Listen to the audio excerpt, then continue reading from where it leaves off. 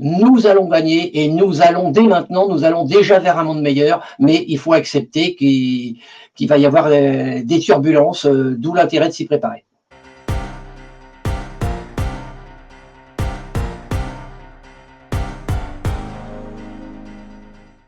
Bonjour Hubert Boels, je suis ravie de vous accueillir sur Tribune Libre en ce lundi 12 janvier 2026. Une nouvelle année qui commence, de nouvelles résolutions et vos analyses précieuses. Avant de vous laisser la parole, vous allez nous raconter donc votre parcours bientôt. Je tiens à vous présenter en 2 phrases que j'ai trouvées très jolies donc, sur votre profil LinkedIn.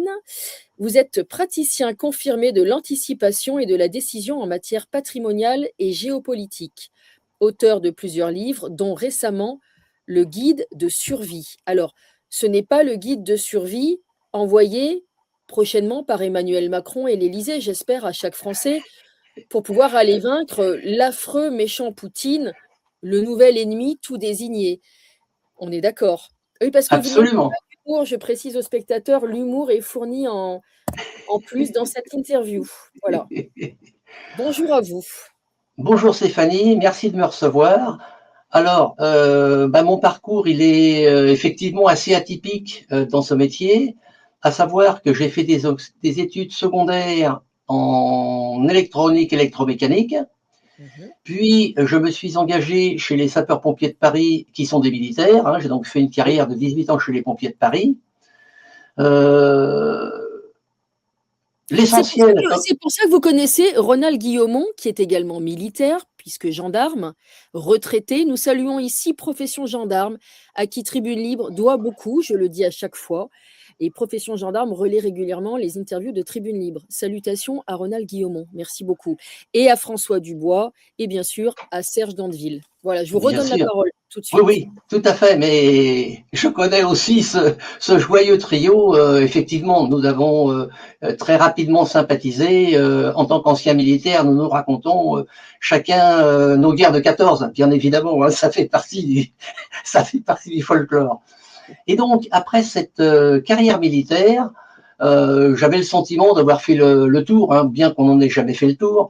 J'ai décidé de me réorienter et après avoir créé 4 ou 5 sociétés dans divers créneaux, hein, j'aime bien remuer, me remettre en cause, aller fouiller, aller regarder un petit peu.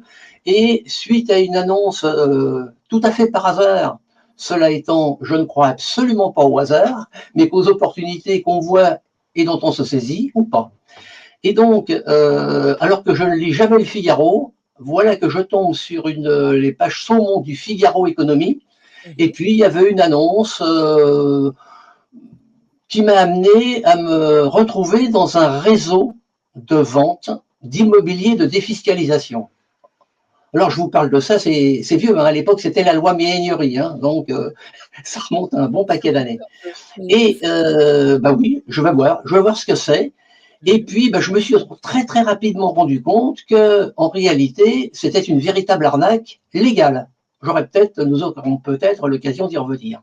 Bien sûr, oui. Toujours est-il que le métier me plaît énormément, l'approche me plaît énormément, rencontrer des gens, les aider, leur apporter quelque chose sur le plan financier, c'est important, euh, mais la manière de le pratiquer, ça va pas.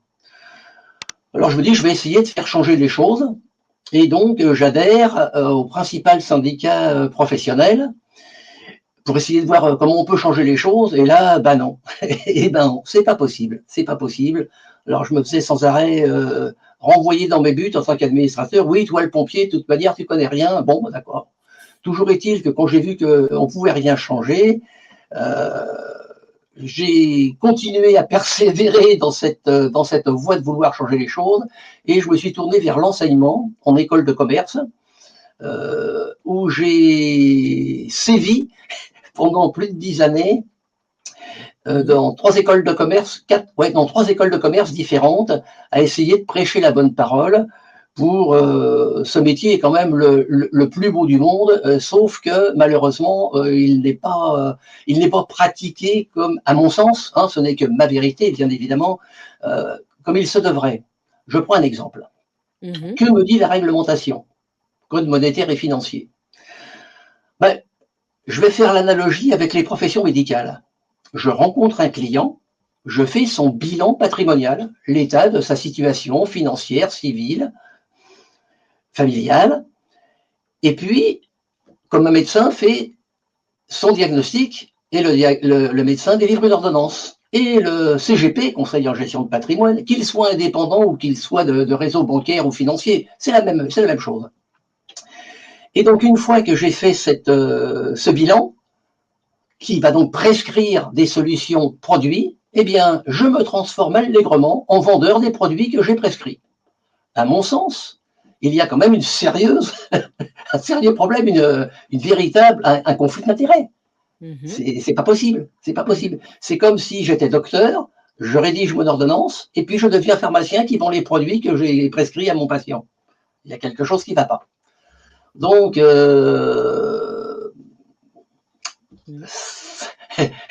ça m'a amené tout ça, petit à petit, à arrêter cette activité, puisque je ne pouvais pas la pratiquer, la réglementation devenant de plus en plus prégnante et nous rapprochant de plus en plus, nous, indépendants du monde bancaire, j'ai arrêté.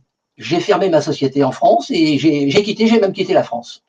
Et c'est l'explication des deux drapeaux qui sont derrière moi, l'Espagne et l'Andalousie, puisque je suis maintenant, je travaille depuis l'Andalousie. Pour tout vous dire, aujourd'hui, maintenant, là tout à l'heure, j'ai fait mon petit footing sur le bord de la plage comme tous les midis. Eh bien, il fait 30, 31 au soleil et 18, 19 à l'ombre. Donc, je fais mon footing en short et en t-shirt. Non, il ne se fait pas encore chaud. C'est pas le Marcel, hein, encore, c'est le t-shirt à cette époque-ci. Voilà donc pour la partie professionnelle, puisque... Vous êtes allé en Espagne, vous avez changé de métier ou vous êtes resté à peu près dans le même domaine? Alors, je suis resté dans le même domaine, c'est-à-dire que là, du coup, j'avais la possibilité... alors, il faut dire que je suis dans ma 80e année, ça veut dire que j'ai ma retraite de pompier, et puis j'ai mon épouse qui... Je ruine mon épouse. J'ai ruiné mon épouse dans le sens où c'est elle qui faisait bouillir la marmite. Et puis moi, j'ai pu m'éclater. Merci, mais j'espère qu'elle ne va pas l'entendre et elle ne va pas le voir parce qu'on ne sait jamais, elle serait capable de... Non, non. Je ne lui enverrai pas cet entretien. Non, c'est gentil. Merci Stéphanie. J'apprécie votre geste par avance. Et donc, la manière de procéder, et je continue à le dire, et c'est le credo que je disais aux étudiants que j'avais donc en Master 1 ou Master 2 gestion de patrimoine, en banque finance, en audit, audit financier, puisque j'avais toute cette population estudiantine, c'est le plus bon métier du monde, après celui que j'ai fait précédemment, qui est le pompier de Paris, à condition de le faire correctement. C'est-à-dire, pour bien le faire, il faut ne pas être soumis à une pression financière. Je m'explique. Le modèle économique, il est simple. Dès l'instant où je prescris des contrats d'assurance vie, on aura peut-être l'occasion d'y revenir sur, vous voyez, pour moi, assurance vie, arnaque légale, une de plus. On y reviendra peut-être si vous le souhaitez. Et donc, le modèle économique représente à 70% les montants, le récurrent, payés par les assureurs pour que je leur amène des clients. C'est une rente de situation, moi ça me gêne. Ça me gêne. Et sous prétexte que c'est les phrases qu'on entend le plus souvent dans ce métier, ben oui, mais le conseil, quand je donne des conseils, on ne peut pas payer le conseil parce que les personnes n'acceptent pas de payer le conseil. Ben je suis désolé. Moi, j'ai toujours réussi à vendre du conseil et à faire payer du conseil. Dès l'instant où je suis rémunéré... Payer le conseil, c'est plus éthique ou moral? Les deux, main générale, pardon, avec un E au bout. Ben, pour moi, ce sont deux métiers différents. Alors, merci de me poser cette question parce que du coup, je vais revenir en amont sur la définition du CGP, Conseil en gestion de patrimoine.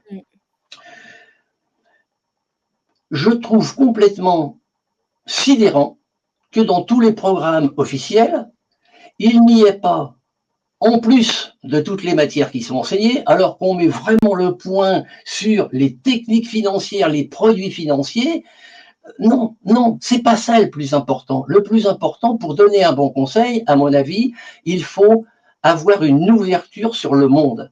À quoi sert de prescrire à un client un contrat d'assurance vie? Serait-il le meilleur du marché si on n'est pas capable, déjà soi-même et de le transmettre bien évidemment à son client, de comprendre que ce produit, il est fini. Il se termine, on s'en rend pas compte, c'est un produit finissant. Et Pour quelle puis, raison?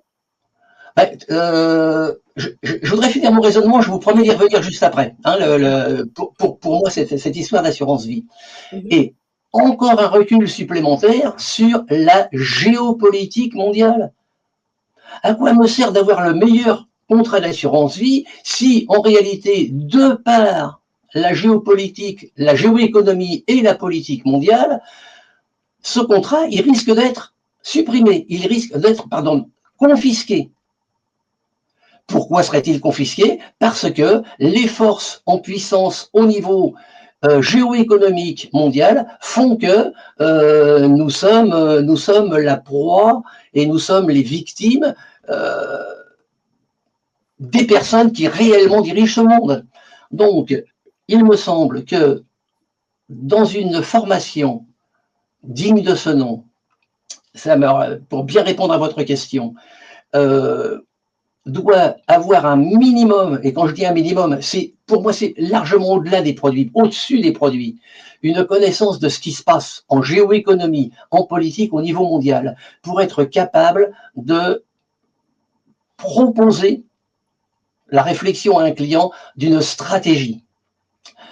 Un CGP, il n'a pas son utilité pour gérer le quotidien, il a son utilité pour gérer le moyen terme et le long terme.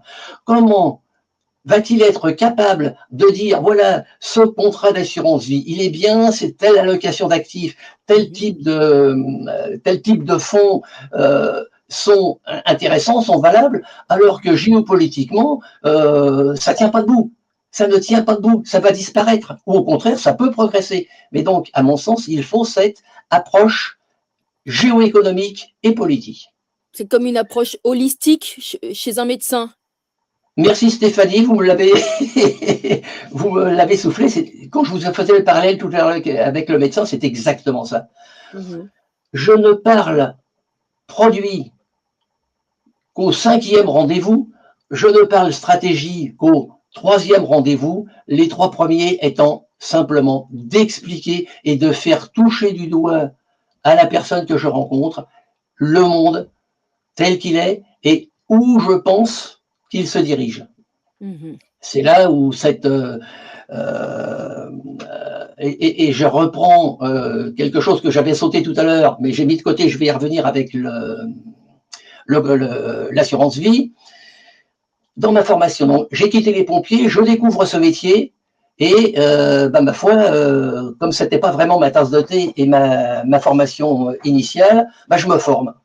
Alors je me forme autodidacte, bien évidemment, je lis énormément, et puis j'ai joué les sous-marins dans 2 endroits. J'ai joué les sous-marins dans des groupements, des groupes de, entre guillemets, CGP, mais c'était de l'époque, Dieu merci, il y en a beaucoup moins aujourd'hui, qui vendaient ces fameux produits de défiscalisation, hein, l'immobilier, l'équivalent de la Pinel aujourd'hui. Et donc, Exact. pour apprendre comment d'excellents commerciaux étaient capables de vendre de très mauvais produits. Une fois que j'ai eu le sentiment d'avoir fait le tour de l'immobilier, j'ai fait la même chose, c'est-à-dire que j'ai été vendre en compagnie d'assurance l'histoire du pompier en reconversion qui me forme. Et ils m'ont formé et je les ai quittés au moment où ils me disaient, bon, maintenant t'en sais assez, tu vas vendre mon produit. Et une fois que j'ai eu cette expérience du terrain, aussi bien en immobilier qu'en assurance vie, j'ai estimé qu'il fallait que je me muscle sur le plan réellement théorique et les fondamentaux. Et donc là, pendant 6 ans, au CNAM, hein, Conservatoire des Arts et Métiers de Paris, j'ai acquis une double maîtrise en droit, immobilier et technique et droit de l'assurance. J'avais oublié ça. Parallèlement, je continuais à rencontrer des clients Et au début, je ne les faisais pas payer. Je considère que c'était eux qui m'apprenaient mon métier, puisque Oui. à chaque fois que je rencontrais quelqu'un, j'avais un cas différent qui m'obligeait à travailler. Et donc, au début, c'était gratuit. C'était Et gagnant-gagnant. absolument, absolument. Ça fait partie des... Bon, si vous voulez, c'est des choses... des échanges qui convenaient mieux à ma vision que j'avais cultivée pendant mes 18 années de pompier de Paris, évidemment, évidemment. Je reviens, pour répondre à votre question, à l'assurance. Je vais schématiser, mais essayer d'être le plus clair possible. Déjà, pour ceux qui ne le savent pas, on appelle assurance vie deux produits totalement différents. Assurance décès et assurance prévoyance et assurance décès. Capitalisation. Je mets tout de suite de côté l'assurance de prévoyance. Chaque année, je confie une somme à un assureur. Si je viens à décéder d'ici la fin de l'année, l'assureur va payer un capital qui aura été défini au départ à la personne que j'aurai désignée. Ça, c'est de la prévoyance. Mais on l'appelle aussi souvent assurance vie. Attention. Deuxième, la capitalisation. Là, l'approche est totalement différente. Je confie de l'argent à un assureur pour qu'il le fasse, progresser ce montant, mes dépôts, pour que, au terme du contrat, je touche tout ce que j'ai versé, capitalisé, grâce à la bonne gestion de l'assureur. C'est ça, l'assurance vie. Là, c'est de la capitalisation. Deux types de produits, deux types de fonds. Premier fonds, le fonds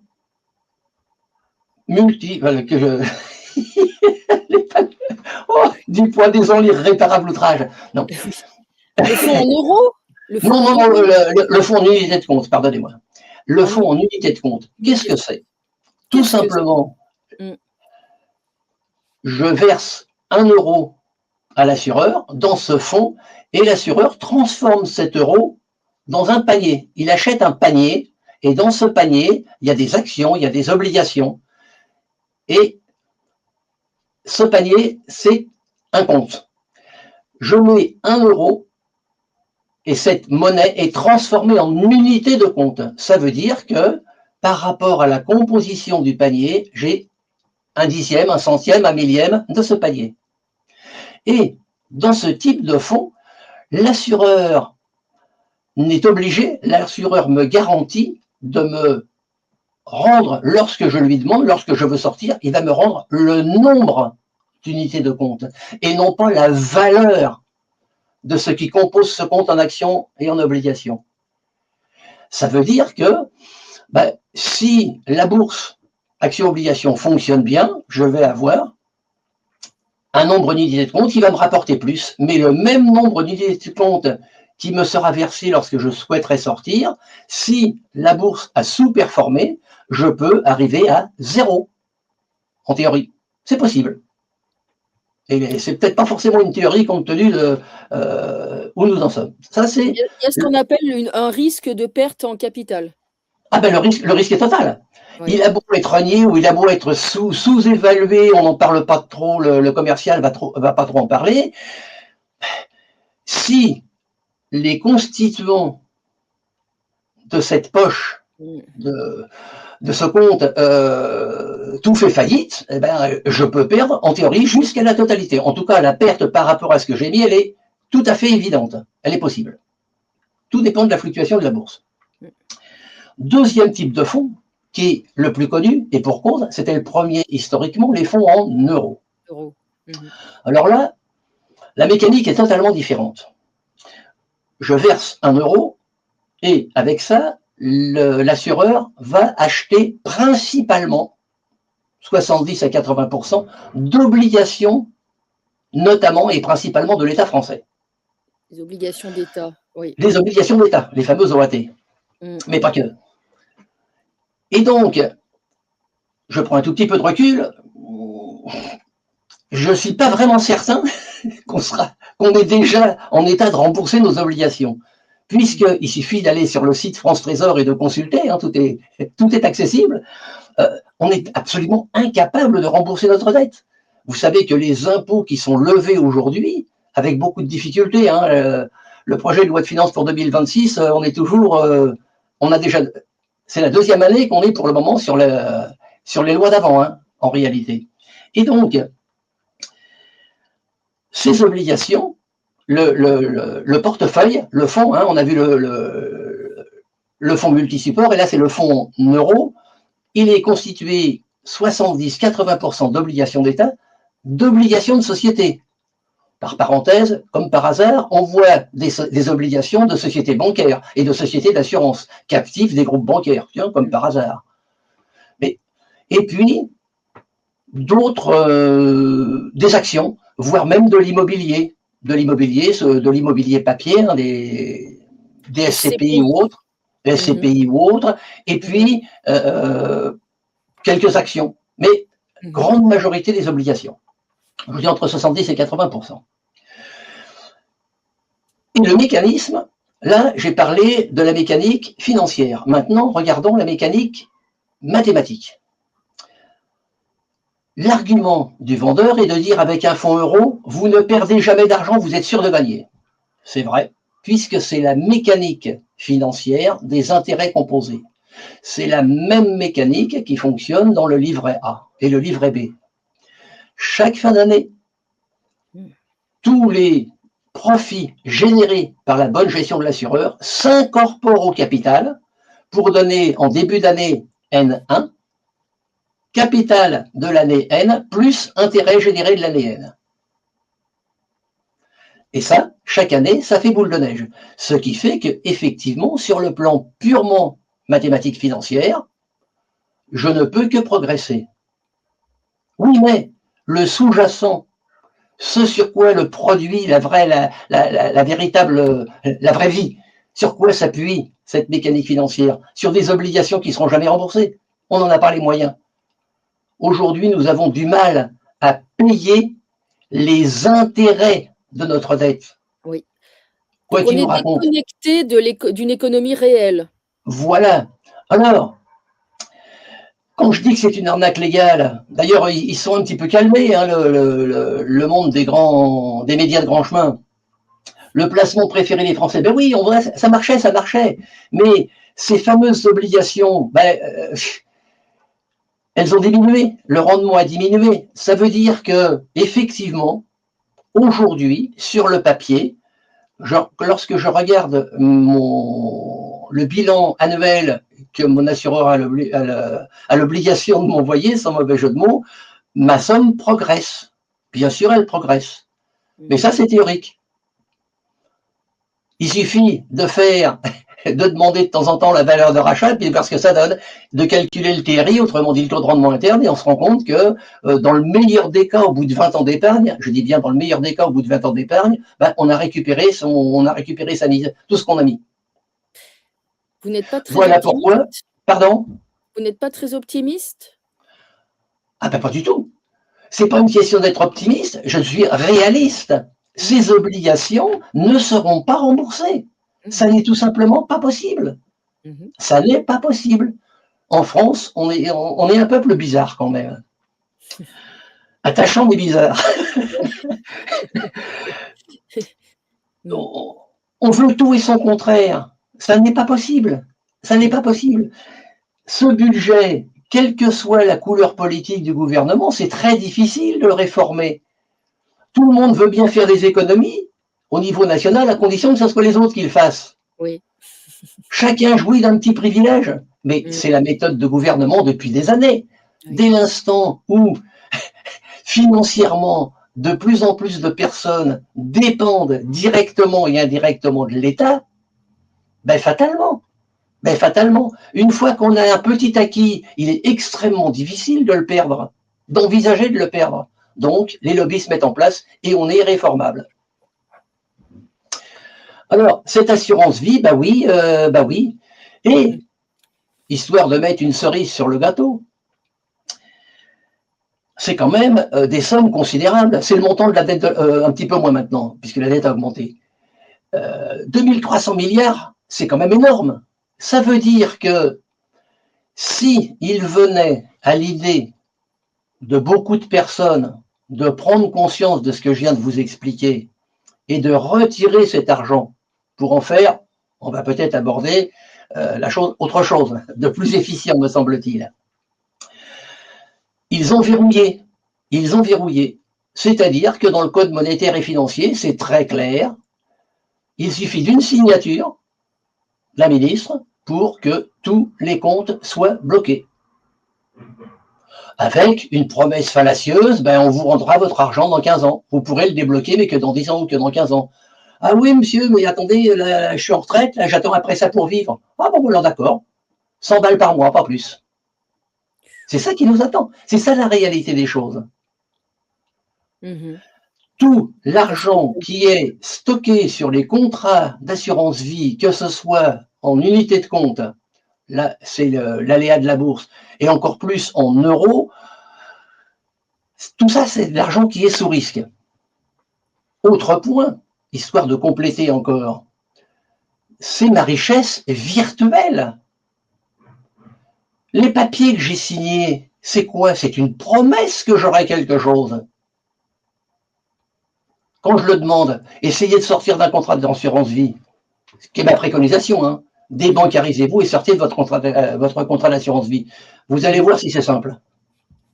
Ça devient de plus en plus compliqué. Ils veulent pas.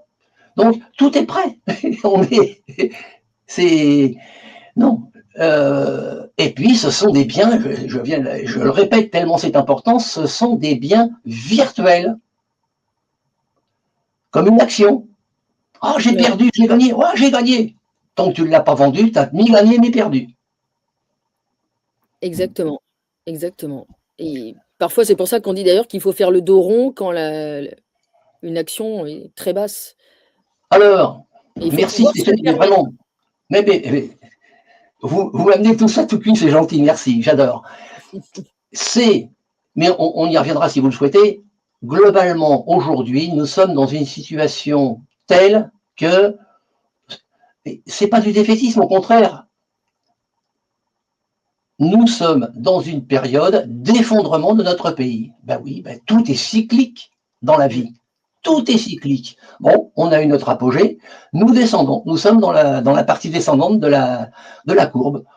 Ça veut dire quoi? Ça veut dire que sur le plan de ma fortune personnelle, ma stratégie patrimoniale, ça va être de transformer tout ce que j'ai en biens virtuels, mes comptes bancaires, mes contrats d'assurance vie, mes actions, mes obligations, de les transformer en des biens réels. Des biens réels, que sont l'immobilier, mais attention, pas n'importe quoi dans l'immobilier. Vous vous doutez bien que des oubliées, mais encore beaucoup d'autres, il faut les oublier aujourd'hui. Et puis, faire le dos rond, puisque on n'est pas encore à toucher le bas de la courbe, hein. On n'a pas les pieds au fond de la piscine. Et dès qu'on va les avoir, historiquement, le peuple français a montré qu'il était capable d'être très fort dans la remontée. Mais on n'est pas encore descendu assez bas. Nous ne sommes pas au pied de la courbe. Ça veut dire, pour reprendre votre expression, faire le dos rond d'ici là, et ce d'ici là, ce n'est que mon anticipation, donc ma vérité du moment, à ne croire sous aucun prétexte, à vérifier. En 2030, j'estime que nous verrons clair. Je n'ai pas dit que nous serons sortis de la crise, hein. Elle est complexe. Mais nous commencerons à voir clair. Aujourd'hui, nous sommes dans la partie dans laquelle nous sommes en train de quitter un monde. Nous commençons à peine à entrevoir un autre monde et nous sommes dans cette période d'incertitude qui est la plus délicate sur le plan psychologique à passer. Quand vous dites quitter cette crise n'est pas terminée, finalement, c'est même au bout de plus de 50 ans, certains disent, c'est plus une crise, c'est un système. Il faut sortir d'un système. Ah, complètement. Réinventer un nouveau système et ça, c'est douloureux. Mais Dieu merci, il y a beaucoup de personnes qui y travaillent. C'est pas parce que les grands médias n'en parlent pas que ça n'en est pas. Exactement. Beaucoup de personnes, hein, dans ce qu'il est convenu d'appeler, pour un militaire, ça fait bien la dire la résistance. Mais oui, oui, il y a énormément de personnes qui se penchent sur l'organisation du monde de demain. Hein. J'ai deux noms en tête qui travaillent tous les deux de manière acharnée, continue et efficace. Étienne Chouard, Mmh. avec ses, hein, les Saturi Gilets jaunes Constituant. constituants, Mmh. et puis Valérie Bugeaud. Valérie Oui, Bugeaud qui avec fait un Révolu travail. Droit. Révolu droit, c'est extraordinaire le travail qu'elle fait. Extraordinaire. Extraordinaire. Et il y a Donc, aussi le PIC, le pari de l'intelligence collective du parésiaste, Marion Sigaud, Alexis Poulain et toute une bande tout à de fait, tout à fait. Là personnes, aussi, une personne hors du commun, Marion Sigaud. Et absolument. donc, non, non, il n'y a pas lieu d'être, il n'y a pas lieu d'être pessimiste. Il n'y a pas lieu d'être pessimiste, mais et c'est pour ça, du coup, merci parce que vous me donnez l'occasion de développer de manière plus générale quelle est mon action quand vous m'avez posé, et du coup ça complète la réponse à votre question. J'ai changé de métier. J'étais CGP à Paris, en France, et puis là, à Malaga, je suis quoi? Je suis coach en sérénité patrimoniale. C'est beaucoup plus vaste. Alors, effectivement, J'ai une question à vous poser avant qu'on aille vers le plus vaste. On passera au document, très intéressant que vous m'avez confié. Si quelqu'un vous dit: «J'ai quand même envie d'ouvrir une assurance vie, mais à l'étranger, au Luxembourg ou dans d'autres pays où les conditions, sont totalement différentes de la France», vous diriez merci, pourquoi? merci Stéphanie, c'est la question que vous me posez que j'entends souvent, que j'entends souvent. Mmh. D'où l'importance, et vous venez de mettre le doigt, ça ne fait que confirmer ce que je vous disais tout à l'heure. Il fut un temps, dans mes débuts de CGP, c'était les contrats d'assurance au Luxembourg, bien sûr, ils existent toujours. Alors on nous vantait tous ces. Mais non, la crise, elle est mondiale. Mmh La mh. Suisse, oubliée. Le Mmh. Luxembourg, oublié. Les Mmh. sociétés, j'ai oublié leur nom là. Enfin bon, les formes de sociétés particulières luxembourgeoises qui ont effectivement une beaucoup plus grande garantie pour le Mmh. possesseur d'assurance vie qu'un contrat en France, c'est vrai, mais le chamboulement, il est mondial. Notre planète, on nous changeons de monde. Mmh. L'Occident disparaît sous nos yeux. L'hégémon américain disparaît. Nous regardons le monde depuis 1945 avec les lunettes américaines. Il y a un autre monde Il y a celui des BRICS aujourd'hui. notamment, les BRICS qui gagnent en puissance. Absolument. Donc, le monde de demain, c'est un monde multilatéral. Multipolaire, pardon. Multipolaire. Les moteurs aujourd'hui, ce sont les BRICS qui ont commencé à 4, qui ont été à 5, et en 2025, alors qu'ils étaient sous présidence russe, ils sont passés à 10. Il y a donc 10 membres des BRICS aujourd'hui, plus 10 partenaires des BRICS. C'est-à-dire qu'aujourd'hui, ce groupement fait 20 pays ou États. Et ils ont été assez malins, justement. Ils ont bien vu les errements de l'Europe, mais l'Europe, on pourra en parler. C'est pas les Européens qui ont fait l'Europe, hein.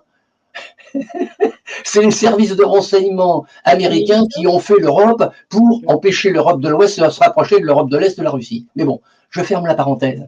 La grande hantise des Américains, c'est le rapprochement entre l'Allemagne et la Russie. Absolument, absolument, Mmh. absolument. Et globalement, l'Europe de l'Ouest. L'Europe de Tout l'Ouest. à fait. L'Allemagne et puis tout ce qui est avec l'Allemagne, effectivement. Absolument. Mmh. Et donc,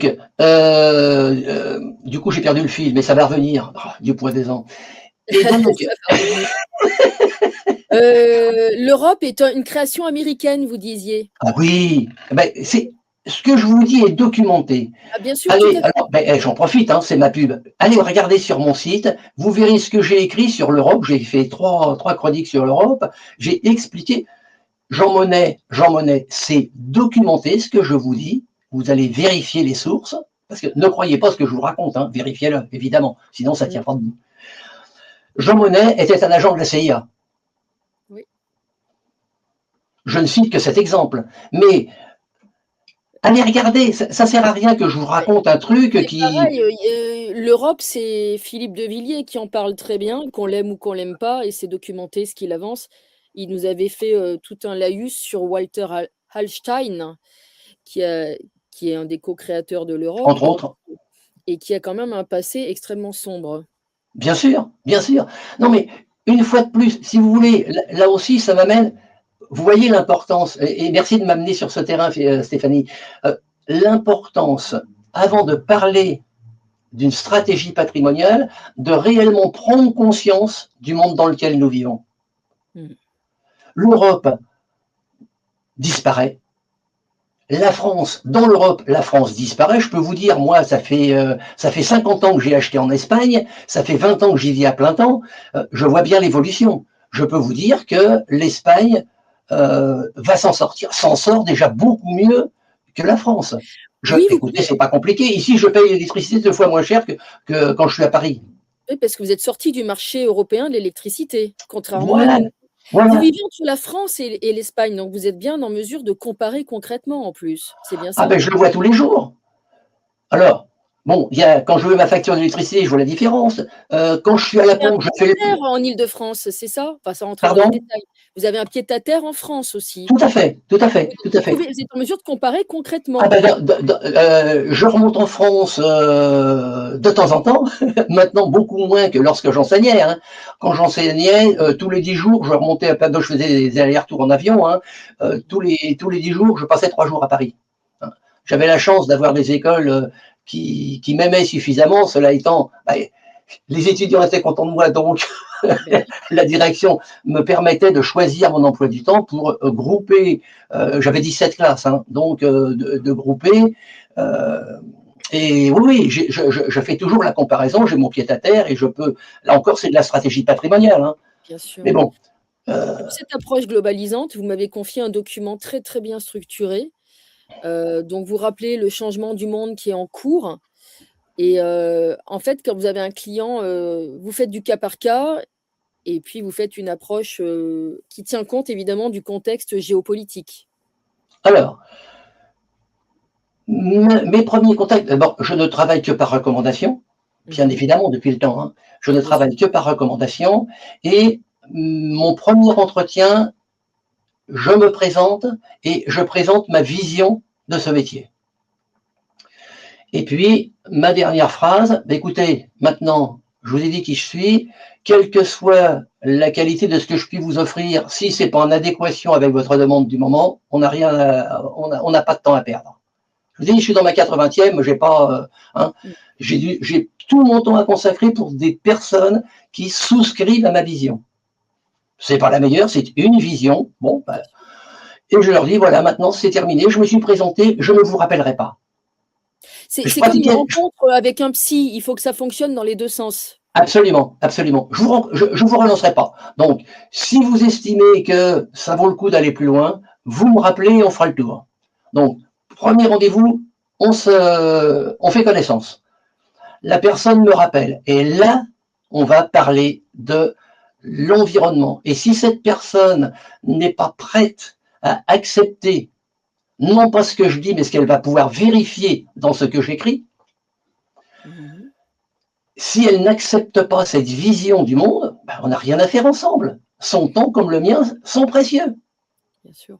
Si c'est le cas, eh bien on avance, tout simplement.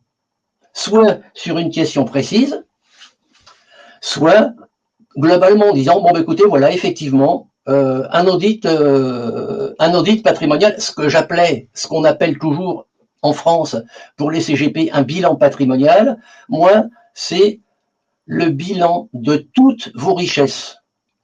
Pourquoi je dis toutes vos richesses? Parce que ce sont vos richesses matérielles et vos richesses spirituelles. J'ai une approche, vous avez vu que j'ai une atypique, hein, autodidacte, une formation pas ordinaire. Mon Mmh. approche, même chose, 3 piliers Mmh. dans l'ordre, le spirituel. Deuxièmement, l'approche géoéconomique et politique. Et troisièmement, l'approche patrimoniale. Ce sont les 3 piliers de tout ce que j'écris et de ma démarche. Pourquoi? Le monde est très complexe. En réalité, il est très simple. Les personnes au pouvoir le complexifient à dessein et s'arrogent la position de spécialiste. Attendez, la meilleure preuve, regardez notre monde politique. Le nombre de nos élus, de nos députés, je ne parle pas des gens de terrain, des maires, hein, mais le nombre de députés et de sénateurs qui ont créé une ou plusieurs sociétés, qui ont géré des sociétés, qui ont géré du personnel, il y en a combien? Pas beaucoup. Et il dit, oui, mais la politique, c'est un métier. Non, c'est pas un métier. C'est pas un métier. Et donc, j'ai reperdu le fil qui va revenir tout de suite, Oui, je vous disais, cette approche spirituelle fait que chacun de nous a d'immenses pouvoirs. Pas des pouvoirs surnaturels, des pouvoirs. Qu'est-ce qu'on est venu faire sur ce cycle terrestre? Qu'est-ce qu'on est venu faire? Est-ce qu'on est venu pour s'enquiquiner, se taper dessus, payer des impôts et s'engueuler? J'en suis pas convaincu. J'en suis pas convaincu. D'autant moins que dans mon petit coin d'Andalousie, ici, je peux vous garantir que l'ambiance n'est pas la même qu'à Paris. Ça, c'est clair. Il n'y a pas d'ambiguïté. Ici, on va dans un nouveau restaurant, on n'a même pas commandé le premier plat, on est déjà en train de se taper sur l'épaule et que chacun commence à raconter sa vie et des anecdotes. Ça change tout. Oui, vous me direz, on a presque la même chose dans le midi en France. Mais quand même, ici, c'est mieux. Il y a le soleil. Et donc, cette approche spirituelle, c'est de se dire, non mais, pouf, pouf, allez, on pose tout. On pose tout. On se repose. On fait une journée, allez, tiens, on va commencer par un jeûne, pourquoi pas. Allez, je mange pas ce midi, et puis ce soir, je me couche. Pas de télé, évidemment, pas de téléphone, on met tout on coupe tout. Et puis on se pose vraiment des questions. Bon, ben voilà, j'en suis à telle époque, à telle partie de ma vie. Je meurs demain. C'est la vie, hein, de mourir. Hein. En réalité, c'est naître à une autre vie. Mais bon, qu'est-ce que j'ai fait? Est-ce que je suis content? Est-ce que je peux partir? Tranquille, reposer.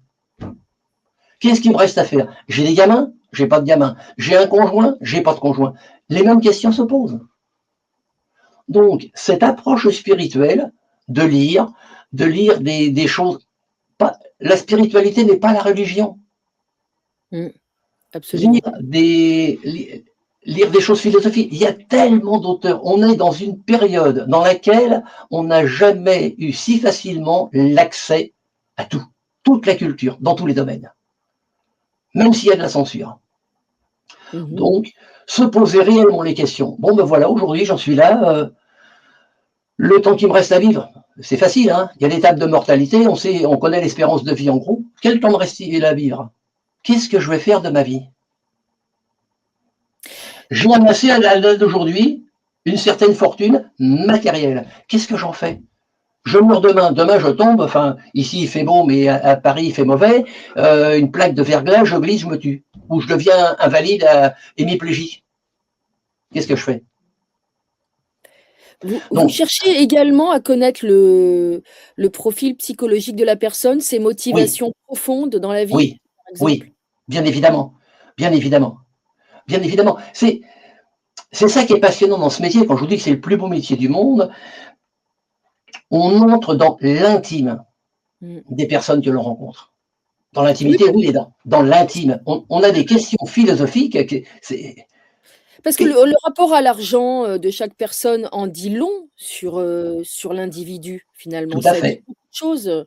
Tout à fait. C'est pour ça, c'est un bonheur d'être interviewé par vous parce que je tiens à dire qu'on n'a pas préparé les questions et les réponses. Hein. Non, du tout, c'est improvisé. Mais tout à fait.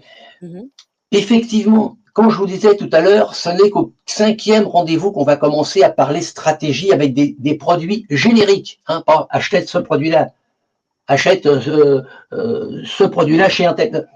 Générique. Parce que, comme vous venez justement de le dire, ben oui, il faut que ça passe. C'est encore une de mes phrases fétiches. Votre enrichissement ne doit pas vous empêcher de dormir. Parce que si vous empêche de dormir, vous allez moi m'appeler et m'empêcher de dormir. Donc, il faut qu'il y ait effectivement une même approche, bon, chacun son particularité, bien évidemment, mais une même approche philosophique, spirituelle, ce mot-là est D'ailleurs, c'est marrant de voir l'évolution. Je me rappelle, il y a une quinzaine d'années, lorsqu'il y a une nouvelle directrice qui arrive dans une des écoles où j'enseignais, et ben, je me présente, puis je lui explique, spirituel, ne prononcez jamais ce mot-là qu'elle me dit. Bon, ben, je continuais en cours, évidemment, hein, puis ils en demandaient les jeunes, hein, ils étaient contents, ils adoraient ça. Et donc, toute cette symbiose, et ça n'a pas de prix. Et ça fait partie, à mon avis, du patrimoine de la personne. Et les personnes qui ne savent pas qu'elles ont en elles ce patrimoine, cette possibilité, parce que, soyons clairs, on va au-devant de très gros problèmes. La guerre civile, on va avoir une guerre civile en France. Pas la même guerre civile que nous avons connue ici en Espagne, mais une guerre civile qui va être extrêmement violente, très localisée, mais relativement courte, mais ça va être très violent, sans aucun doute.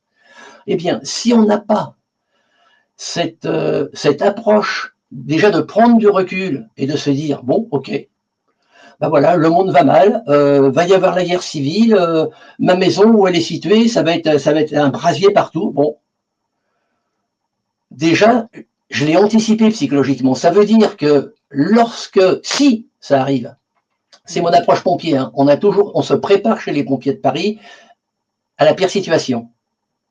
Qu'on soit capable de faire face à la pire situation. Et puis si le pire n'arrive pas, ça veut dire qu'on sera à l'aise dans la majorité des situations. Eh bien, je pense que c'est la même approche pour son patrimoine des personnes d'une quarantaine, d'une cinquantaine et au-delà de la cinquantaine qui ont travaillé pour avoir un patrimoine matériel réel d'une certaine importance. Il faut se poser la question, qu'est-ce que j'en fais? Et donc, comment je le protège? À partir du moment où, grâce à la spiritualité, j'ai pris ce recul, je sais que ça peut arriver. Je dis, ça va arriver. Bon, ok. Ben, si ça arrive, qu'est-ce que je fais? C'est pour ça que je me suis expatrié et d'une certaine manière juridique. Je ne me suis pas expatrié n'importe comment. Mais bien, c'est pas. J'ai choisi, j'ai fait des arbitrages et je propose le même type de réflexion à chacune des personnes et chacun une fois de plus. Les conseillers ne sont pas les payeurs, c'est de votre argent dont il s'agit. C'est vous qui décidez. Je ne vous ouvre que le champ des possibles, c'est tout. C'est vous qui choisissez. Mais cette approche spirituelle, pour moi, elle est primordiale. Bien sûr. Vous vous êtes expatrié de façon, par exemple, à sauvegarder votre retraite, par exemple. Et la première préoccupation des gens qui… Je vais pas rentrer dans tous les détails. Je vais pas rentrer dans tous les détails. Mais en gros. Non, mais je vais vous dire. J'étais propriétaire en France, j'ai vendu en viager. J'avais que ma retraite de pompier de Paris, c'est moins que le SMIC. Tenez, je vais vous donner un chiffre intéressant. Il y a 40 ans, quand j'ai pris ma première retraite, je touchais 14% au-dessus du SMIC. 40 ans après, je touche 25% en dessous du SMIC. Réfléchissez. Ça se voit pas. C'est l'effondrement. Ben, bien évidemment. Et personne ne s'en rend compte. Vous comprenez pourquoi donc ce premier pilier spirituel qui va me permettre d'encaisser ce genre de nouvelles sereinement. Bon, ben écoute, je vais être taxé. Ok, je vais être taxé. Il va me rester quelque chose. Ce quelque chose, qu'est-ce que j'en fais? Je vais faire en sorte que ce quelque chose soit le plus important possible, bien sûr, mais il faut accepter que l'environnement fait que je risque de perdre ce bien. Bon, alors, vous me parliez de la retraite, ben effectivement, il y a la sécurité sociale de mon épouse, moi c'est ma sécurité sociale militaire, ma retraite militaire, et puis, eh bien, le viager de la vente de la maison. Ah, elle n'était pas très contente, mon épouse, quand on a vendu la maison. Ben oui, ben, tous les mois, c'est autre chose. Ce que je touche de mon viager, ça augmente tous les mois. Ce que je touche de la sécurité sociale, qu'elle soit militaire, enfin oui, moi c'est la caisse militaire et mon épouse la caisse nationale, ben, ça diminue. Ils ont beau dire que ça augmente, non? Moi je regarde les chiffres. Hein. C'est factuel. C'était un compromis à accepter. Quel compromis on est prêt à accepter finalement? Ça, c'est la question. Encore le mot, merci, le mot sur lequel je vais rebondir. Sur ma société ici, je paye 25% d'impôts au premier euro. C'est plus cher qu'en France. La TVA ici, elle est à 21%. C'est plus cher qu'en France. Il n'y a pas que des avantages. Jamais. C'est le mot juste, le compromis. Et c'est pourquoi, dans l'ordre, j'insiste bien, le spirituel qui va être capable de nous dire, bon ben, il y a quelque chose de plus important que les chiffres, que ma situation financière. Il y a quelque chose de plus important. Est-ce que le jour où je vais partir, je pourrais dire, voilà. Vous savez, avant d'être pompier, j'ai été scout. J'étais scout de France et c'était la BA, la bonne action. Tous les soirs, il fallait, alors je ne sais plus s'il existe toujours chez les scouts de France, mais tous les soirs, c'était l'examen de conscience. Alors c'est un peu cateau, mais l'idée est bonne. Tous les soirs, on faisait notre examen de conscience. Voilà, aujourd'hui, qu'est-ce que j'ai fait de bien? Est-ce que j'ai fait au moins une BA, une bonne action? Je vous promets que le soir, moi je fais, à 80 piges, des fois le soir, j'ai pas la pêche, c'est comme tout le monde, il y a des hauts, des bas. Puis, qu'est-ce que j'ai fait de bien aujourd'hui? Est-ce que j'ai fait quelque chose de bien aujourd'hui pour les autres? Cette approche spirituelle, je vous garantis que c'est bien meilleur que les plus puissants médicaments pour dormir en paix. Évidemment. Et ça détraque pas le reste du corps humain. Donc, le spirituel, c'est le plus important. Et puis, on a vu, grâce à vos questions, que le deuxième pilier, cette approche géoéconomique et politique mondiale, qu'est-ce qui se passe dans le monde aujourd'hui? Pourquoi il se passe ça? Vers où nous risquons d'aller? Je rebondis sur ce que vous aviez laissé latent tout à l'heure, les BRICS. Donc, j'ai parlé des BRICS. L'autre, l'OCS, l'Organisation de coopération de Shanghai. Donc, le Sud global. Aujourd'hui, il y a plus de la moitié de la population qui se regroupe sur des valeurs communes. Une gouvernance commune. La gouvernance westphalienne, c'est-à-dire un pays, une voix. Je m'interdis de m'ingérer dans les affaires intérieures d'un autre pays. J'ai des intérêts commerciaux avec un autre État à l'instant T, je réalise cette opération. Après, chacun reprend sa liberté. Ça n'est pas les règles hégémoniques américaines. Vous comprenez pourquoi de plus en plus de pays maintenant n'ont plus peur. Et alors avec l'affaire Maduro, l'enlèvement au sérail, là c'est un autre déclencheur. Ça va dans le bon sens. C'est une très bonne chose. C'est pourquoi beaucoup de pays retrouvent leur souveraineté. Voilà. Et vous aidez finalement vos clients à retrouver leur souveraineté par rapport à un État un peu obèse et gourmand et glouton. C'est exactement ça. C'est exactement ça. De toute manière, une personne qui me dit bon, bah, écoutez, moi je veux baisser mes impôts, donnez-moi un produit, je signe tout de suite. Non, au revoir monsieur, nous n'avons rien à faire ensemble, je ne peux rien pour vous. Je ne sais pas faire. Responsabiliser, c'est mon maître mot. Responsabiliser les personnes que j'ai en face de moi. On ne peut pas tout le temps se plaindre et puis ne rien faire. Il faut savoir ce qu'on veut. Si on n'est pas d'accord, eh ben on ne vote pas. Je ne trouve pas ce qui me plaît à gauche, je ne trouve pas ce qui me plaît à droite, je ne trouve pas ce qui me plaît au centre, eh ben je ne vote pas. Je ne vais pas voter à droite parce qu'il ne faut pas que la gauche passe, ou vice-versa. Vous êtes contre le vote par défaut ou le fameux front républicain, le barrage? Mais c'est du grand théâtre, c'est du kabuki. C'est du kabuki. Le théâtre japonais? Mais oui, le théâtre japonais. Arrêtons. Alors, nous sommes tellement biberonnés. T'inquiète pas. Tu m'achètes ça, tu vas gagner du temps. Tu m'achètes ça, tu vas avoir la vie plus facile. Résultat des courses, on a de moins en moins de temps. Et la vie est de plus en plus compliquée. Il faut arrêter. Écoutez, je viens de recevoir ce matin un mail de l'équivalent de Engie en France, donc ici c'est Endesa, la compagnie électrique, qui s'excuse, et puis ils s'excusent pour le désagrément, ils se sont fait piquer je ne sais combien de millions de données. Ah oui, il y a beaucoup de fuites de données. Mais il y en aura de plus en plus. On parlait de Ronald Guillaume tout à l'heure. Les voleurs ont toujours un temps d'avance sur les gendarmes. Mais bien évidemment. En parlant de contexte international, mondial, vous m'avez confié une vidéo, nous pouvons la regarder ensemble sur le gel. Les Pardon? avoirs russes? Les avoirs Oui. russes? Oui. Le gel de 300 milliards d'euros d'actifs russes. Est-ce que c'est juste une sanction ou bien, comme l'affirme un guide financier, est-ce que ça cache un changement radical des règles du jeu mondial? C'est ce qu'on va décortiquer aujourd'hui. On va plonger dans les arguments de ce guide pour essayer de comprendre ce qui se passe vraiment derrière cette manœuvre financière qui est, il faut le dire, sans précédent. Allez, on y va. Alors, tout part de ce chiffre, 300 milliards d'euros. C'est juste énorme. Pour qu'on se rende bien compte, c'est plus que le produit intérieur brut de pas mal de pays. C'est donc le montant total des actifs russes qui ont été gelés. Et cette décision, évidemment, elle a envoyé une véritable onde de choc à travers tout le système financier mondial. Et ça nous amène à la question centrale que pose notre source. Est-ce que ce gel, c'est un acte de justice, quelque chose de légitime, ou bien est-ce une erreur monumentale, une erreur critique qui pourrait, tout simplement déstabiliser l'ordre économique mondial? C'est une question lourde de conséquences. Voyons un peu la thèse que ce guide défend. Voilà, on arrive au cœur de l'argument.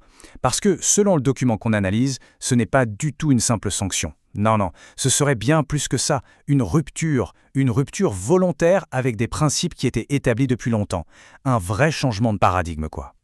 Alors là, la source fait une distinction qui est vraiment capitale. D'un côté, il y a ce qu'on connaît tous, le droit international. C'est basé sur des textes, des traités clairs, comme la charte de l'ONU par exemple. Et de l'autre côté, il y aurait un concept beaucoup plus flou que la source appelle l'ordre international fondé sur des règles.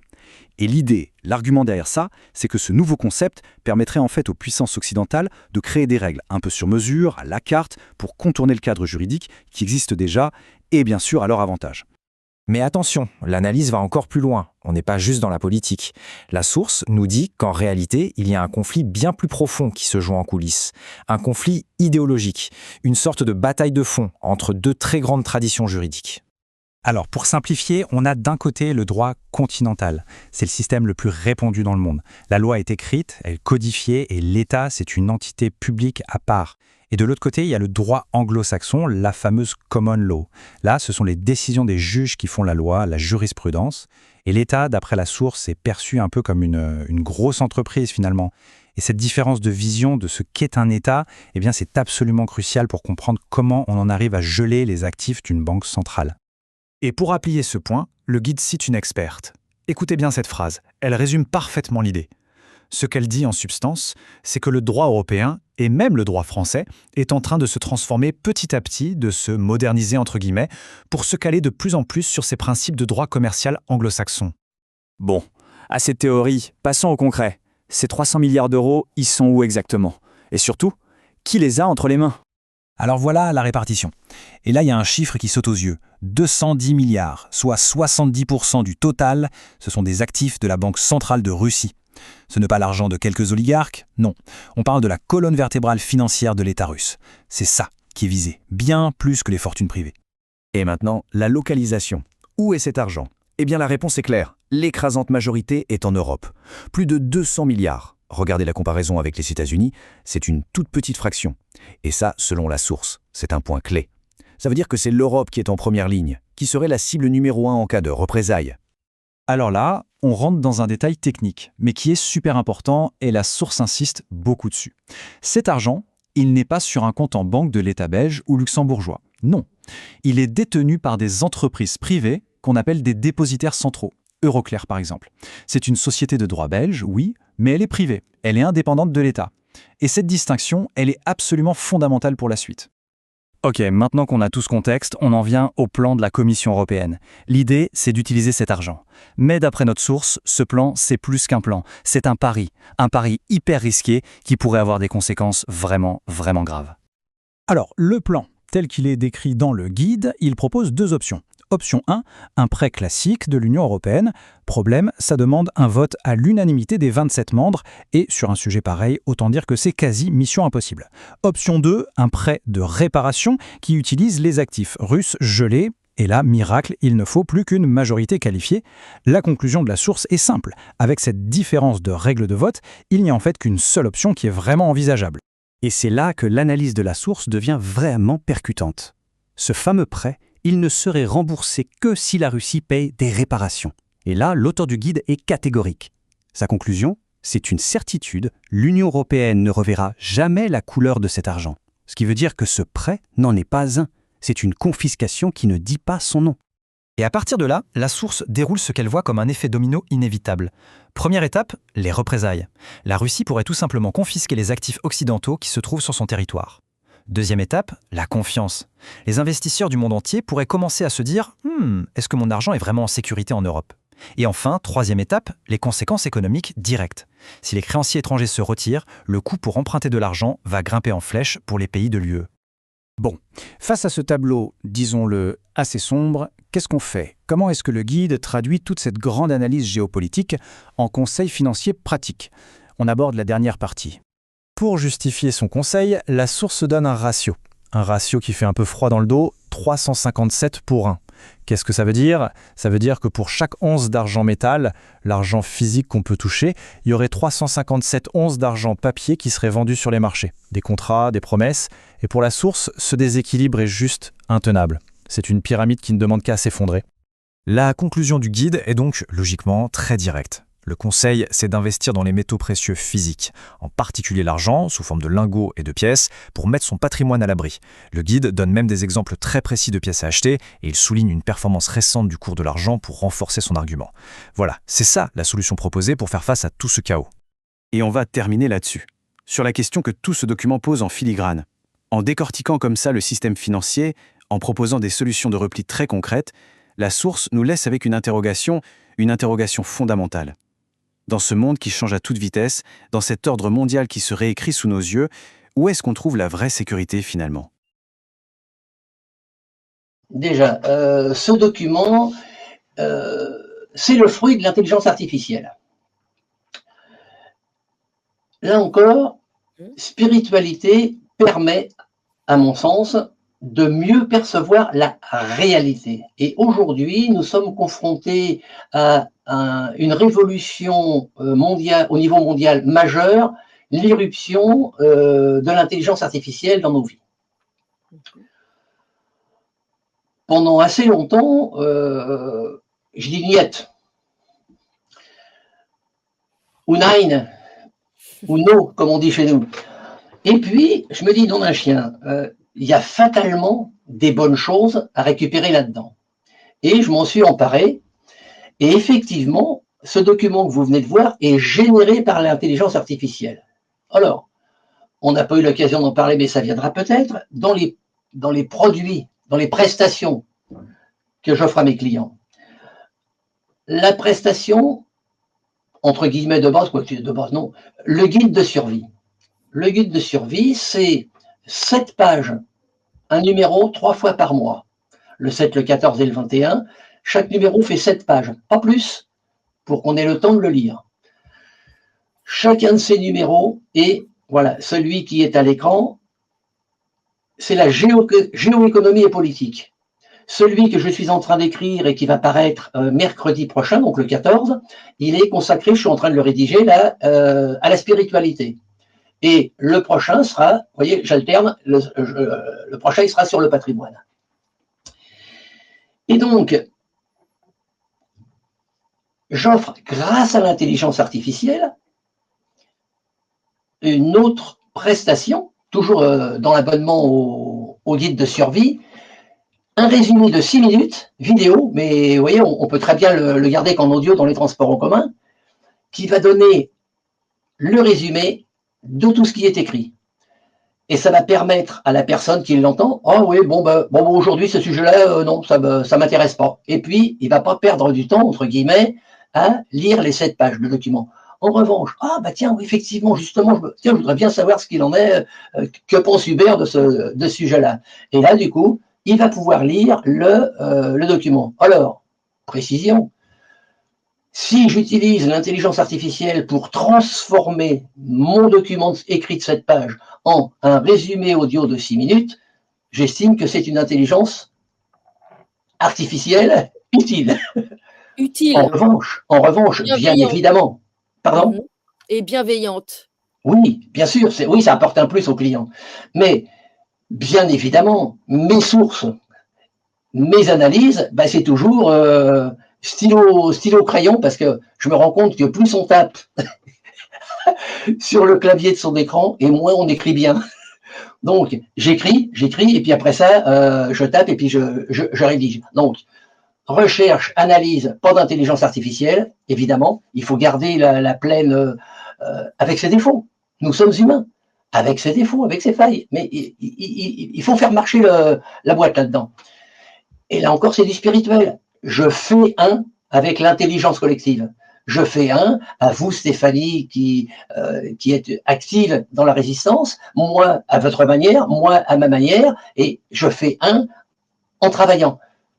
C'est la pire des choses. J'ai eu le bonheur d'arrêter l'enseignement au moment où ChatGPT, l'intelligence artificielle, commençait à arriver dans les travaux des étudiants. Rendez-vous compte qu'une des écoles où j'enseignais, ils ont payé à prix d'or un logiciel pour essayer de détecter les copies générées les copies des étudiants générées par l'intelligence artificielle. Et oui. Je suis bien content d'avoir arrêté l'enseignement parce qu'aujourd'hui, c'est compliqué. C'est compliqué. Bien sûr. C'est compliqué. Bien sûr. Par exemple, votre guide, l'actuel, qui est sorti donc tout récemment, il apporte mercredi dernier, il apporte une analyse atypique sur l'affaire Maduro. C'est très intéressant parce qu'on a entendu justement des versions très différentes. Difficile de comprendre ce qui s'est passé, ce qui se trame, ce qui se joue. Est-ce que c'est une pièce de théâtre? Est-ce que ça n'en est pas? Alors, finalement, c'est très intéressant. Votre point de vue. Merci Stéphanie de me poser cette question parce que ça montre par l'exemple la manière dont je raisonne. Exactement. C'est très complexe. C'est très complexe. Alors, j'élimine directement les versions officielles, tout de suite, d'entrée, et je me rends compte que dans ce qu'il est convenu d'appeler la résistance, il y a plusieurs approches, plusieurs possibilités, oui. Laissons du temps au temps. Je pense qu'on ne saura jamais totalement réellement ce qui s'est passé, mais il y a beaucoup d'intérêts divergents qui font que beaucoup d'explications avancées par des personnes beaucoup plus éminentes que moi, des politologues beaucoup plus éminents que moi, je lis, ça tient la route, mais ils ne sont pas d'accord entre eux d'ailleurs, même pour les éminents, ils ne sont pas. Non, ils ne sont pas d'accord entre eux. C'est pour ça que je les laisse et je préfère, parce que pour moi, c'est une affaire très importante qui vient de se passer là. C'est un marqueur d'évolution de la chute de l'Occident, clairement. Et donc, j'ai choisi de le traiter sur un plan technique, en disant, il y a quelque chose qui n'est pas clair, il y a eu des complicités intérieures, on nous vend le Rambo américain qui est capable de faire des opérations absolument surréalistes, hein, c'est même Hollywood à la puissance 100. J'y crois pas, ça tient pas. En revanche, ce qui est vrai, et il y a un précédent, il y a plusieurs précédents même, l'apport de la technologie, l'apport de la surveillance des smartphones, l'approche de l'intelligence artificielle, nous y étions. Et j'ai essayé de faire une synthèse de tout cela en disant, à mon avis, il est pratiquement certain, je n'ai pas peur d'être démenti là-dessus, que pendant des semaines, si ce n'est des mois, tous les faits et gestes du président, donc vénézuélien Nicolas Maduro, et sa garde rapprochée étaient connus des services d'intervention américains. Et c'est le croisement de tout ça qui a fait que, avec des complicités internes, c'est l'évidence, mais cette opération a pu être menée de la manière dont elle a été menée. Avec, une fois de plus, toujours les conséquences. Quelles sont les conséquences? Il faut prendre conscience que nos petits smartphones, tout ce que nous disons et ce que nous faisons est collecté. Ça paraît énorme, c'est la réalité. C'est une réalité. J'écris toujours la même chose. La phrase de Hoover, le créateur du FBI, qui s'y connaît en matière de coups tordus, hein, qui a été pendant je ne sais plus combien d'années, c'est lui qui a duré le plus longtemps, mais c'est lui qui l'a créé, le FBI, et qui disait les individus sont handicapés de ne pas se rendre compte du niveau de manipulation auquel on les expose. Je n'ai pas la phrase exacte en mémoire, elle apparaît en introduction de tous mes écrits, hein, histoire de bien la rappeler. Mais oui, ce qui est extraordinaire, c'est ces gens-là qui complotent contre les peuples, traite les lanceurs d'alerte comme vous, Stéphanie, ou comme moi, Hubert, ils nous traitent de complotistes. C'est un drôle, c'est du grand théâtre, c'est le kabuki, c'est n'importe quoi. Donc, à travers cette affaire, je laisse aux politologues, aux spécialistes, il y a d'autres explications sans aucun doute. Mais le fait de dire cette énorme, sur le plan logistique, cette énorme opération a pu se faire que grâce à ces moyens techniques. Et nous sommes, nous aussi, exposés. Nos smartphones nous écoutent. Et en plus de ça, il ne faut pas leur donner, leur faciliter le travail. Il ne faut pas leur faciliter le travail. Quand on va, enfin moi j'y vais pas, hein. Déjà je vais pas sur les réseaux sociaux, mais quand on va volontairement leur donner des informations, je vais pas vous dire les détails de ma stratégie, mais je peux vous dire que j'existe sous plusieurs formes. J'existe sous plusieurs formes par rapport au monde d'Internet. Mhm. Donc, faire prendre conscience à travers cet événement géoéconomique de première importance, hein, réserve pétrolière très importante, précaré, l'Amérique du Sud, précaré de l'Amérique du Nord, intérêt qui ne cesse d'augmenter des BRICS. Le voisin du dessous, c'est le Brésil, hein. Oui. Les intérêts locaux au Venezuela, chinois, et les intérêts locaux russes font que c'est un événement majeur qui vient de se produire, un événement majeur. Mais j'ai choisi de le traiter sous l'approche de justement ces moyens technologiques qui ont été mis en œuvre, et ces moyens peuvent être mis en œuvre contre n'importe lequel d'entre nous. Souvenez-vous de ce qui s'est passé avec l'explosion des beepers Oui. des cadres du Hezbollah au Liban. Oui, Oui, au Liban. au Liban. C'est Au sud Liban. extrêmement bien préparé technologiquement, c'est assez pointu. Ben, vous savez, les concepts, c'est l'intelligence artificielle, ça n'a rien d'intelligent. On nous le vend, hein, c'est intelligent, c'est totalement artificiel. Ça ne pourra nous restituer que ce que les programmeurs ont mis. Un exemple. La courte vidéo que vous venez de voir là, donc pour résumer mes écrits. C'est Google. C'est gratuit. Vous connaissez le principe. Si c'est gratuit, c'est toi le produit. Ben bien sûr. Et je suis pas stupide. Ils me promettent, dans les conditions générales, ils me promettent qu'ils n'utilisent que mes sources. Ils vont pas charger, ils vont pas enrichir leurs sources. Ils ne se servent que de mes sources pour faire mon résumé. Et je fais ça depuis le 1er janvier, le résumé, qui est un vrai plus pour mes clients. Et je me suis rendu compte au fur et à mesure, puis ça évolue, ils arrivent à citer des choses que je n'ai pas écrites. Je ne suis pas stupide. Je sais très bien qu'en leur donnant ce que je leur donne, ils enrichissent de leur côté leur propre base de données, éventuellement pour que ça se retourne un jour contre moi. J'en suis conscient. Pour le moment, le couple bénéfice-risque, il est en ma faveur. À un moment, je sais très bien, je préviendrai mes clients et je leur expliquerai pourquoi j'arrête de leur donner cet accès privilégié, simplifié à mes écrits, parce que je n'y retrouve plus mon compte. Ça devient trop dangereux. Donc, c'est dans cet esprit-là que j'ai fait cet article sur l'enlèvement de Maduro. L'enlèvement ou la capture. Oh, c'est un kidnapping, caractérisé, c'est en dehors de tout droit. Mais il n'y a plus de droit international. France, État de droit, il y a longtemps qu'il n'y a plus d'État de droit. Non, c'est fini. C'est un monde régi par des règles, alors qu'il existe un droit international. Absolument. Vous apportez des solutions un peu, ou des pistes de solutions à la fin. Le dernier paragraphe, quoi faire, est intéressant. Eh bien, c'est là, oui, effectivement. Des recommandations, c'est là où je dis, soyez conscients que vos smartphones vous espionnent. Et, ma foi, Si vous avez des choses délicates à dire, moi je sais que quand je reçois des clients ici, à mon bureau, mes téléphones, là nous sommes ensemble, j'ai mis mes 2 téléphones, le français et l'espagnol en mode avion, mais lorsque je reçois, mes 2 téléphones sont éteints. Et ils sont pas dans la pièce, et ils sont dans une autre pièce, dans une petite sacoche, à l'intérieur de laquelle j'ai une feuille de papier aluminium que j'ai kidnappée discrètement à la cuisine. Une cage de Faraday ou l'équivalent. Absolument. Prudence est mère de sûreté.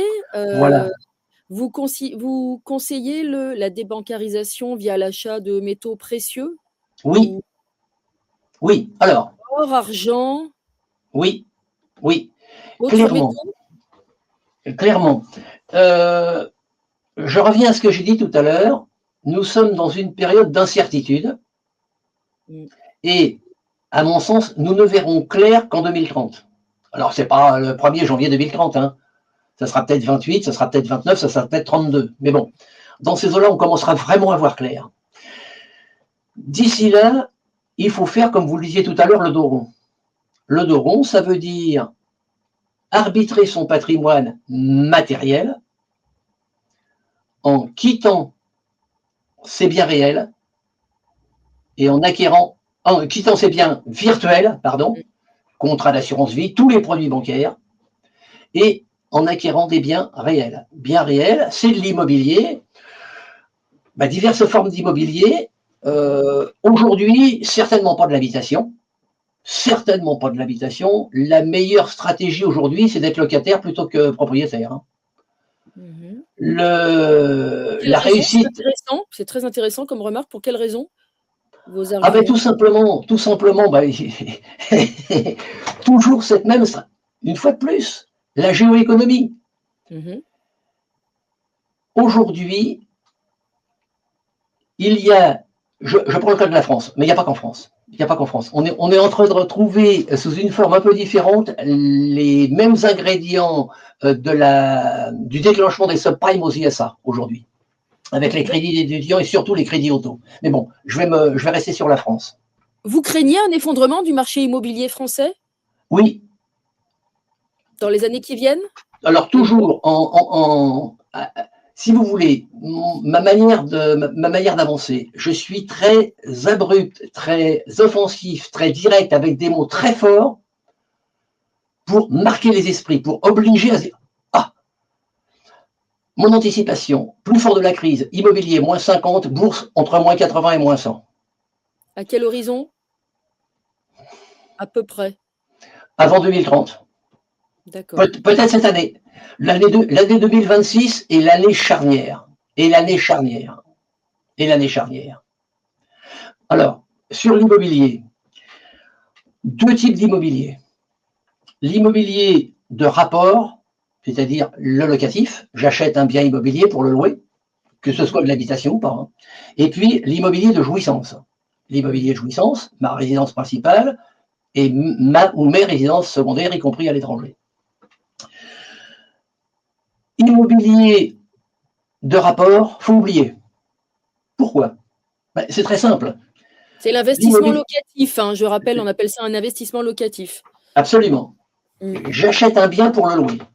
J'achète ce bien à crédit puisque la réglementation fiscale française, et c'est unique en matière patrimoniale, m'offre un levier extraordinaire, c'est-à-dire que tous les frais que j'ai engagés pour acheter ce bien, je vais pouvoir les déduire de mes revenus locatifs, des loyers que je vais percevoir. C'est extraordinaire.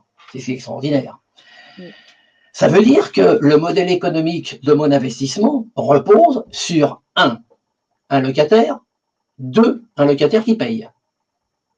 Pensez-vous sérieusement, chère Stéphanie, que, dans les 10 années qui viennent, je vais toujours avoir des locataires qui vont me payer rubis sur l'ongle? Non, il y a des risques d'avoir des mauvais locataires, des locataires qui dégradent l'appartement, il y a des périodes, ce qu'on appelle de vacances, pendant lesquelles il y a un loyer. Il y en a déjà.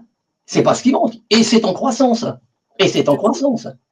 Ça veut dire que mon modèle économique, il tient plus. Ça, c'est un premier aspect. Un deuxième aspect, le législatif. Que dit la réglementation aujourd'hui? La loi du 6 juillet 89 qui régit les rapports entre les locataires et les propriétaires, clairement, ce texte est en faveur des droits du locataire par rapport aux droits du propriétaire bailleur. Bon, c'est comme ça, c'est comme ça. Elle est née sous la gauche, il ne faut pas l'oublier. Hein. Oui, c'est absolument vrai. Absolument. Elle est merveilleuse, hein. Elle a été aménagée depuis, mais elle a été durcie depuis. Absolument. Ça veut dire que... Pardon? Non, j'allais dire, il y a des villes aussi, en plus, où les loyers sont plafonnés, mais vous allez peut-être y arriver ensuite. Oui, non, c'est pas tellement ça qui me... Non, je voudrais vous donner un autre... Oui, bien sûr, vous avez raison, vous avez raison. Je voudrais voir autre chose. Cette législation se durcit en défaveur du propriétaire bailleur. Bien évidemment, la crise avançant, et la crise en France est en train de prendre une sacrée vitesse, là, un sacré accélérateur. Hein. On est mal barré. Ça veut dire que de plus en plus de personnes ne pourront pas payer leur loyer. Et la législation va avoir tendance à les défendre. Mais je ne parle pas du richissime investisseur qui aura acheté 25 blocs avenue Hoche à Paris. Je parle des épargnants moyens qui ont fait une Pinel, qui ont fait une Mairie, qui ont fait une Besson, qui ont fait une Périssol. Ils seront quand même considérés comme des méchants propriétaires, bailleurs, et puis puisqu'ils ont pu mettre des sous, ils peuvent assumer. De toute manière, il faut défendre les locataires. Ça veut dire que votre banquier, tous les mois, il demande toujours le remboursement, capital et intérêt. C'est pourquoi je fais une petite incise et on en reparlera tout à l'heure puisque je vais répondre à votre question sur la débancarisation. Dans la stratégie, il faut le plus vite possible rembourser les intérêts de la maison. Le plus vite possible. Alléger cette... ne croyez pas que parce que ça va être la crise et les banques vont s'effondrer, parce que les banques sont déjà en faillite, hein, virtuellement. On ne le sait pas, mais elles sont déjà en faillite virtuellement. Mais silence, on tourne. Et donc, ne croyez pas que cette dette va s'effacer. Hein.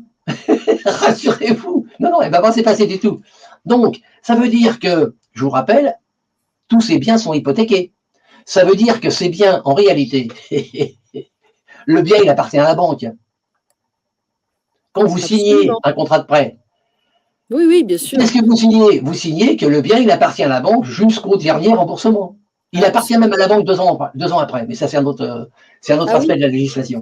On l'ignore assez souvent. Oui. Absolument, absolument. C'est-à-dire que même une fois que c'est remboursé, ça appartient toujours à la banque pendant 2 ans. 2 ans après.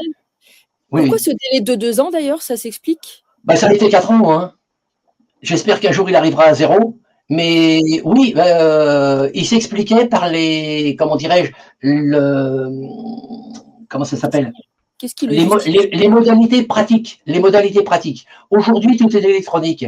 Et il reste encore beaucoup de pratiques qui ont été, qui sont nées sous la période du manuel. Oui. Regardez ces dates de valeur. Regardez les dates de valeur. Les dates de valeur. Je mets mon argent à la banque aujourd'hui, il n'est crédité que quelques jours après. Oui, et 2 ans, ça paraît énorme. 2 ans, malgré tout, ça paraît énorme, même si on est en manuel, non? Non. Et c'est parce qu'il y a des formalités. Il y a des formalités, notamment juridiques, avec les hypothèques. Oui, la levée des hypothèques. Voilà, il y a des formalités juridiques qui fait que la banque avait pris un créneau maximum pour avoir le temps de régler, dans tous les cas de figure, tous ces créneaux. Cette durée de 4 ans a été ramenée à 2 ans, mais elle est encore beaucoup trop longue, alors qu'en réalité, cela étant, toute l'administration des hypothèques n'est pas totalement informatisée. Donc, c'est pas complètement hors sujet, si vous voulez. Mais bon, du coup, c'était pas là que je voulais venir. Je voulais vous dire que vous propriétaires, hein, vos locataires ne vous payent plus. Vous devez toujours à la banque. Et du jour au lendemain, votre situation professionnelle a de plus en plus de chances d'être impactée par les effets de la crise. Potentiellement, oui. Certains métiers, etc. C'est un petit peu partout que ça va pas très très bien. Hein. Donc, là encore, l'approche géoéconomique de voir au niveau mondial, bon, la voiture électrique, ah oui, déjà, la voiture. Après, la voiture électrique. Ah oui, les panneaux photovoltaïques. Ben, vous savez que les Chinois, ils sont en train de changer de technologie pour eux, ils sont pas fous. Ils Tout à continuent à nous inonder avec l'ancienne technologie. Ils en Donc maîtrisent déjà une autre. absolument, oui, oui, ils vont très, très vite. Ils ont un système Donc, éducatif très performant en plus. Vous voilà. dites donc éviter les investissements locatifs actuellement ou à l'avenir proche Ah, c'est et pas vous dites éviter, alors surtout pas y aller, bien sûr, mais s'en faut pas y aller, séparer. S'en s'en séparer, il faut séparer vendre. et Il la vaut résidence mieux. principale, si vous l'avez, seulement si vous pouvez l'acheter cash, en évitant les Alors, gros crédits à la banque. pour moi, la résidence principale, si vous l'avez, vous la gardez. Priorité au remboursement. Du Si crédit? vous pensez, pardon, Si vous reste un crédit relativement important, vous vous en séparez pas? c'est du cas par cas. C'est du cas C'est par du cas? cas Si par vous êtes cas. propriétaire à 50 et il vous reste 50 à rembourser, on ne sait pas trop. C'est toujours pareil, c'est du cas par cas. Tout à C'est fait. du cas par cas. Mais vous avez tout à fait raison. Il y a un moment où il peut être judicieux, hein. Alors, par exemple, vous avez des grands-parents ou des parents qui vont pas bien, vous sentez qu'ils sont pas loin de mourir. C'est- c'est- Vous comprenez, une fois qu'on a cette approche spirituelle, je peux employer ce langage-là. Pour moi, c'est fluide, c'est clair, ça C'est n'est pas négatif. respectueux, Je c'est ne spécule respectueux. pas. Je ne spécule pas sur la mort de mes Oui, grands-parents ou la mort de mes parents, mais dans ma stratégie, je tiens compte de cet potentiel événement. Et ça veut dire que effectivement, par exemple, je sais qu'il y a la maison familiale et il me reste plus que ma mère, elle va pas bien du tout. Euh, Ma résidence principale, j'ai encore la moitié de crédit à rembourser. Ça vaut peut-être le coup de la vendre maintenant, parce que maintenant, il est temps. il est Maintenant, on temps. est dans le haut de la courbe. Ah oui, il On est est dans encore temps. l'épaule. Il est On est dans encore l'épaule. temps. Voilà. Ou Cela vous étant, pensez au démembrement aussi. Je suppose que parfois vous proposez des démembrements. absolument, absolument, absolument. Tout à fait. Mmh. C'est l'alliance des techniques civiles, le démembrement de propriété, et Mmh. puis des techniques fiscales, et puis de l'évolution de la législation. Et c'est cette approche, vous comprenez pourquoi, quand vous me posiez la question tout à l'heure, vous avez changé de métier. Dieu merci, j'ai gardé tous mes acquis juridiques, Mmh. que ce soit en civil ou que ce soit en fiscal, pour pouvoir conseiller sans m'enquiquiner à désosser des produits financiers qui, de toute manière, n'ont aucun avenir. Ils n'ont aucun avenir aujourd'hui. Donc, effectivement, en fonction, là, je vous donne des grandes idées. Tout ce qui est immobilier de rapport, le liquider. Ce qui est immobilier de jouissance, résidence secondaire, à liquider. Résidence principale, à garder ou pas. Au cas par cas. Au cas par cas, bien Heu, évidemment.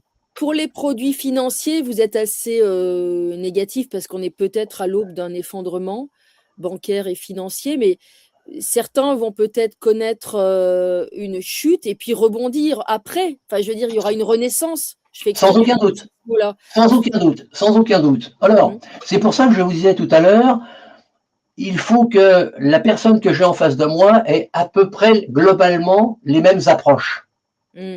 Si j'ai quelqu'un en face de moi qui est et le mot que j'emploie, c'est pas de manière péjorative, qui est boursicoteur, qui a du temps et quelques connaissances pour, effectivement, il pourra acheter des titres aujourd'hui avec un fort potentiel de valorisation, sans aucun doute. Mmh. Bien Je sûr. pars du cas que je rencontre le plus souvent dans ma Mmh. clientèle, des gens qui n'ont pas du tout cette culture boursière. Mmh. Auquel cas, il vaut mieux se débancariser, sécuriser cet argent pour, le moment venu, être capable d'investir dans les bons produits du moment. Absolument. Alors, En fait, il faut s'adapter aussi au tempérament du client que vous avez en face de vous, parce qu'il y a des personnes qui cèdent plus facilement à la panique que d'autres. Il y a des gens qui ont plus de sang-froid que d'autres. Par exemple, quand on a un portefeuille d'actions, ce qui est mon cas, j'en ai un tout petit, il faut être capable de se dire: «Je peux me passer de cet argent pendant plusieurs années, mais je l'ai placé, dans une, optique de moyen à long terme». Il faut simplement aussi savoir comment on arbitre, son patrimoine personnel, comment on dispatche. Sachant que la base du financier, c'est, de pas mettre tous ses œufs dans le même panier. Ça, bon, vous connaissez par cœur. Mais ça, il faut connaître le tempérament et le comment dirais-je? La capacité de résister à la panique de vos clients, en fait, ou à l'angoisse. Est-ce que ce sont des clients anxieux Et puis des gens qui sont capables aussi de traverser des crises en n'ayant pas besoin de toucher à tel ou tel placement finalement. Ça dépend aussi Ah, du mais revenu de chacun. vous avez tout à fait raison, Stéphanie. Justement, il m'arrive avec certains clients, bon écoutez, la partie boursière, ça vous plaît, vous maîtrisez, vous vous en occupez. Moi, je vous parle du reste. J'agis en complément. Il ne s'agit pas de leur dire non, non, non, non, arrêtez, non, non. Une fois de plus, votre enrichissement ne doit pas vous empêcher de dormir, ça doit être une source de joie. Ça doit être une source potentielle de revenus, mais une source de joie au jour le jour. Et pas une source d'angoisse.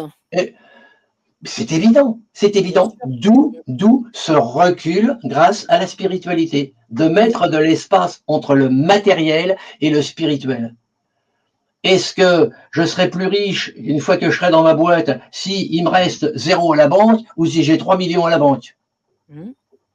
De toute manière, dans la boîte, je serai dans le même état. Alors, effectivement, se pose la question, pour répondre à ce que vous me disiez tout à l'heure, une fois que j'ai libéré ces sommes de mon patrimoine, de la composante immobilière de mon patrimoine, qu'est-ce que j'en fais? Eh bien, à mon sens, aujourd'hui, pour faire le gros dos, métaux précieux. Or, argent.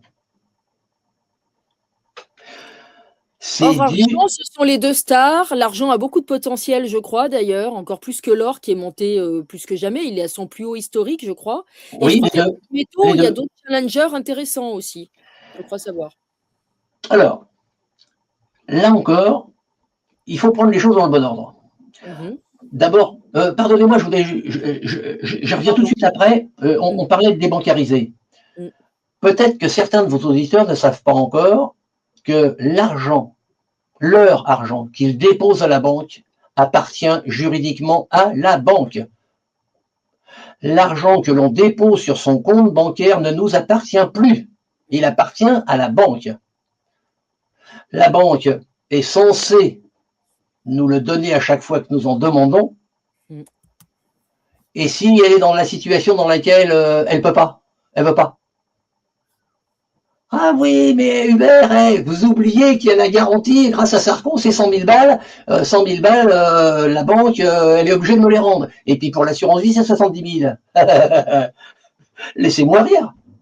Il y a eu le coup de la Grèce, on se souvient de ce qui s'est passé en Grèce. Mais oui, mais vous irez lire ce que j'ai écrit à ce sujet sur mon blog. Il y a un moteur de recherche, vous irez regarder et vous verrez que, en réalité, la garantie, ce sont des promesses. Il y a très peu de fonds déposés. Les banques s'engagent à sauver une autre. Et vous pensez que dans la réalité, quand ça va arriver, parce que ça va arriver, hein, c'est pas si ça va arriver, ça va arriver, c'est une certitude. Donc, vous pensez bien que quand il y en a une qui va plonger, les autres, ils vont pas se presser pour la sauver. Et c'est ce qui est écrit. Et c'est ce qui satisfait tout le monde. Bon, je ferme cet aparté. L'or et l'argent, les métaux précieux de manière générale. Vous avez tout à fait raison, Stéphanie. L'argent, surtout l'argent. Aujourd'hui, si vous rentrez, un petit peu d'or et surtout l'argent. Il y a un potentiel de hausse qui est beaucoup plus élevé. Allez, que vos auditeurs téléspectateurs en profitent. Aujourd'hui, j'anticipe un x10 pour l'argent sur la valeur d'aujourd'hui. J'ai fini là-dessus. Donc, métaux précieux. Une fois de plus, il faut prendre les choses dans le bon ordre. Pourquoi faire? Quel est l'objectif? Quelle est la stratégie? Alors, il faut prendre encore quelques fondamentaux. L'or augmente, l'argent augmente. Que nenni, chers amis, que nenni. C'est la monnaie fiduciaire qui descend, qui perd de son pouvoir d'achat. Vous savez que depuis l'introduction de l'euro, la valeur d'achat de l'euro a perdu 90%. Vous vous en rendez compte quand vous remplissez votre crédit? Tout à fait, oui, absolument. Avant, c'était 100 balles. Maintenant, avec un billet de 50 balles, enfin, avant, c'était 50 balles. Maintenant, vous avez la même chose avec un billet de 100 balles. Absolument. Alors, ça veut dire que... sa valeur. Tout à fait. Non, c'est pas l'or qui monte, c'est pas l'argent qui monte. C'est le pouvoir d'achat du dollar. Tenez, encore un détail qui est pour moi significatif. Stéphanie, quand vous disiez tout à l'heure que je m'adapte à je prends en compte bien évidemment la particularité de chacun des clients. Quand j'entends des économistes de plateau qui n'arrêtent pas de nous bassiner. L'argent est à 10 000 $ l'once. Mais attends, mais dans quel monde on vit? On est en France. Quand je vais aller acheter une pièce d'or dans un magasin spécialisé, je vais le payer avec quoi? Des euros ou des dollars? Je vais acheter quoi? Une once d'or ou un Napoléon? Donc, ce qui m'intéresse, c'est le cours de l'or en grammes ou en kilos, puisque un lingot, c'est 1 kilo, le cours du kilo en euros. Ça m'intéresse. Et vous verrez qu'il est différent du cours de l'once en dollars, comme par hasard. Mais bon, je reviens au principal du propos, la stratégie. À mon sens, il y a 2 objectifs, une fois qu'on a de quoi acheter des métaux précieux. Un objectif à court, moyen terme et un objectif à moyen long terme. Court, moyen terme, manger. Ben là, je vais acheter des Napoléons. Et vous allez me dire, oui, mais tu ne vas pas payer avec un Napoléon qui vaut aujourd'hui, tagadac, le Napo, tiens, moi je ne l'ai même pas marqué, je ne sais plus à combien. Si le Napo, le 20 francs, il est à 700 balles, il doit même avoir monté depuis. Eh bien, on va refaire, attendez, alors oui, je sais bien, hein. Du coup, du poids des ans, c'est plus l'irréparable outrage, mais c'est l'expérience.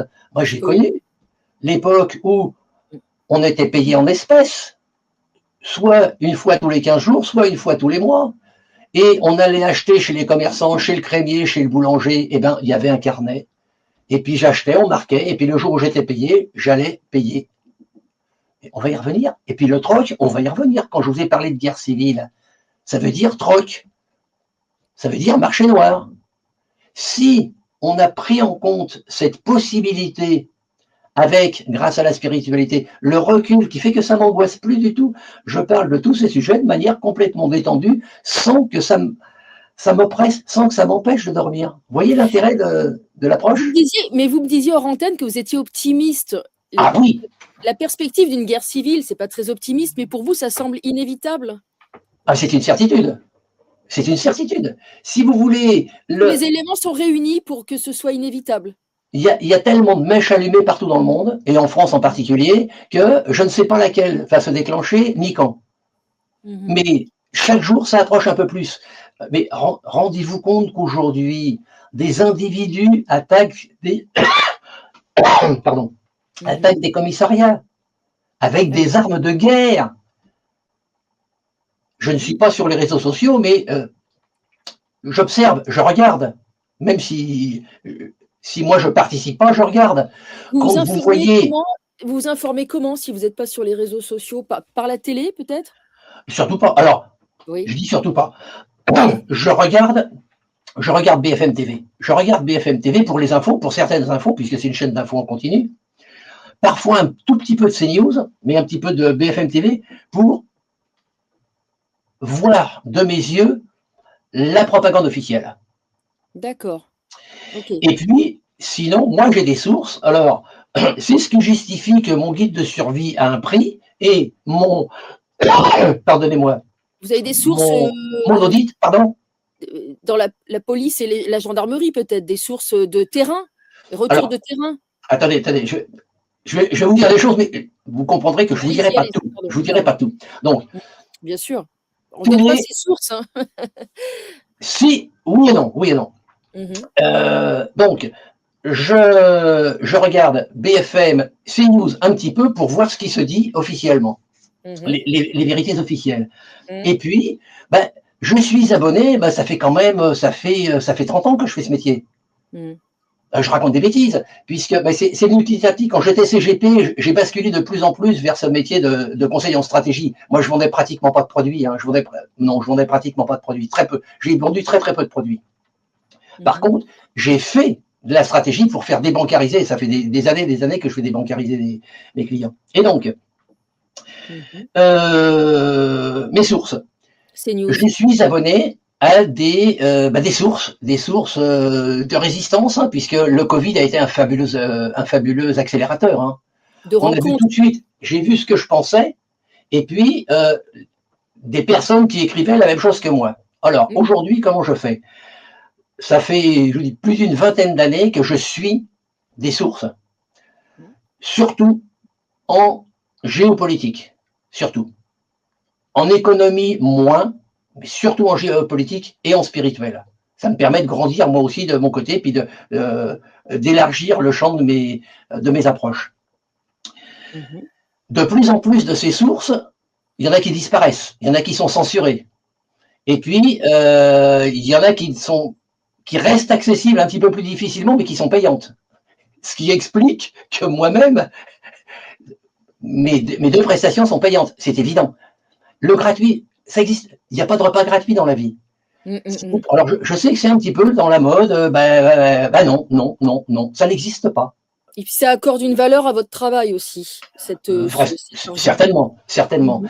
Et donc, ces sources me permettent aujourd'hui, ça doit faire, si, c'est depuis le début de cette année, ça doit être la semaine dernière, pour la première fois, ça m'est arrivé qu'une de mes sources confidentielles, et on est tous dans cet état d'esprit-là, fait son mea culpa 2 jours après, j'ai été victime de l'IA. Mmh. Voilà pourquoi donc j'ai vous donner un ordre d'idée. Je reçois une centaine de documents chaque jour, en Mmh. gros. J'en archive 800 par mois. Mmh.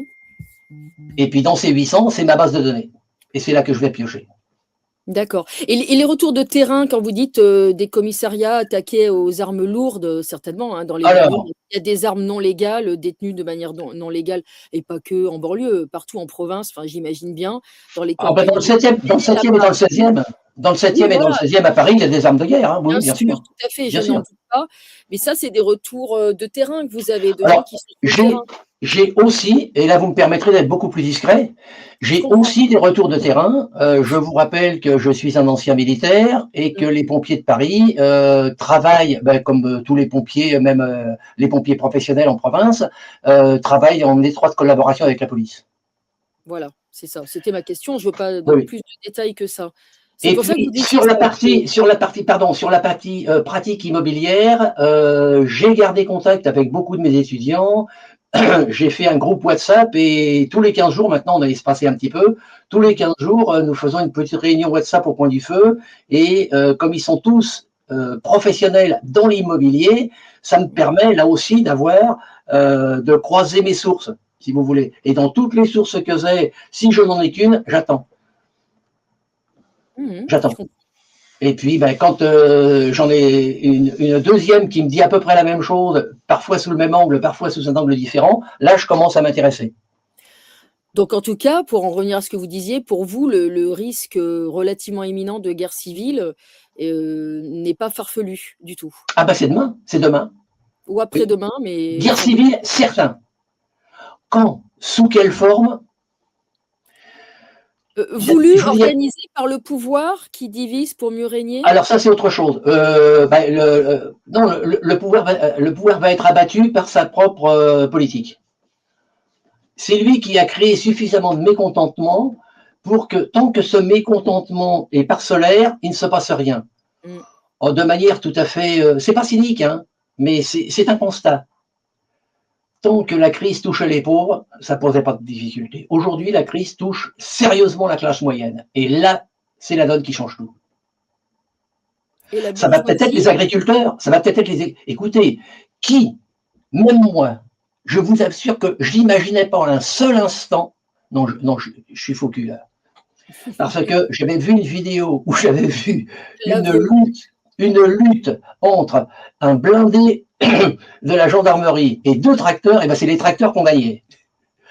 Et donc, qui aurait pensé il y a 6 mois que les agriculteurs amèneraient des tracteurs devant l'Assemblée nationale, sur les Champs-Élysées, sur le périphérique, à l'Arc de Triomphe? Qui aurait Bon, imaginé ça? c'est symboliquement fort. Après, ça va pas sortir les agriculteurs de Non l'ornière mais dans laquelle ils sont, précipités, mais effectivement, c'est mieux que rien. Après, est-ce que c'est pas un absorbeur de colère, cette manifestation? Non, non, oh, non, mais c'est leur survie, c'est leur survie, Oui, hein, oui, bien sûr, mais ce que c'est je veux comme dire, c'est c'est que existentialiste, oui, oui, non, mais ça, je reviens pas là-dessus, mais cette manifestation où on leur a dit après: «Bon, bah, c'est bien, c'est terminé, rentrez chez vous», est-ce que c'est pas pour absorber cette colère et finalement il y a rien qui va changer derrière? C'est ça ma question. non, cette fois-ci, c'est fini. Si vous voulez, mon analyse d'aujourd'hui de la crise agricole, tant que la FNSEA et la FDSEA, enfin les jeunes agriculteurs et la FNSEA, qui sont les partis de pouvoir, qui sont les Mmh. partis en collusion avec le pouvoir, dirigeaient la chose, avaient le contrôle de la chose, pas de problème. Cette fois-ci, c'est fini. C'est la confédération paysanne et l'autre, le rural, là, zut. Coordination rurale? La coordination rurale. La coordination rurale. Mais la Et, coordination rurale, certains disent qu'il y a des ex de la FNSEA dedans. Ça mais, pose question? bah, alors, il y a deux possibilités. Oui, il y a même deux certitudes. Il Mmh. y a certainement des personnes déçues de la FNSEA qui ont rejoint la coordination rurale, et il y a Mmh. sans aucun doute des tentatives d'infiltration. Vous savez comme moi que dans tous les mouvements de résistance, il y a toujours, dès l'instant où ça commence à devenir une épine suffisamment sérieuse pour le pouvoir, va y avoir de l'infiltration. Bien sûr. Bon, les deux, mon général, les deux sans aucun D'accord. doute. Très Mais bien. de toute manière, nous gagnerons, nous allons gagner, les peuples vont gagner. Ah, ben ça, c'est pour les spectateurs, c'est précieux, une phrase, pleine d'espoir. Mais quand je vous disais, à votre question tout à l'heure, optimiste, bien sûr que je suis optimiste. Il faut juste prendre conscience que on n'est pas encore Mmh. au pire. Mmh. On va vers un pire qui va être très violent, mais très bref. Et après, on va être sur le chemin du renouveau. Ça veut dire, vous voyez, me semble-t-il, il y a une certaine cohérence. Déjà, j'insiste à nouveau, hein, la partie spirituelle qui me permet de parler de ça avec un détachement, vous voyez, ça me fait pas battre le cœur Mmh. plus Mmh. vite. Ça ne m'altère pas du tout. Un jugement froid, objectif, qui dit, bon ben voilà, on va avoir cette purge, les écuries d'Augias sont pleines de Mmh. merde, allons-y, et puis, ben, après ça, c'est reparti, bien sûr.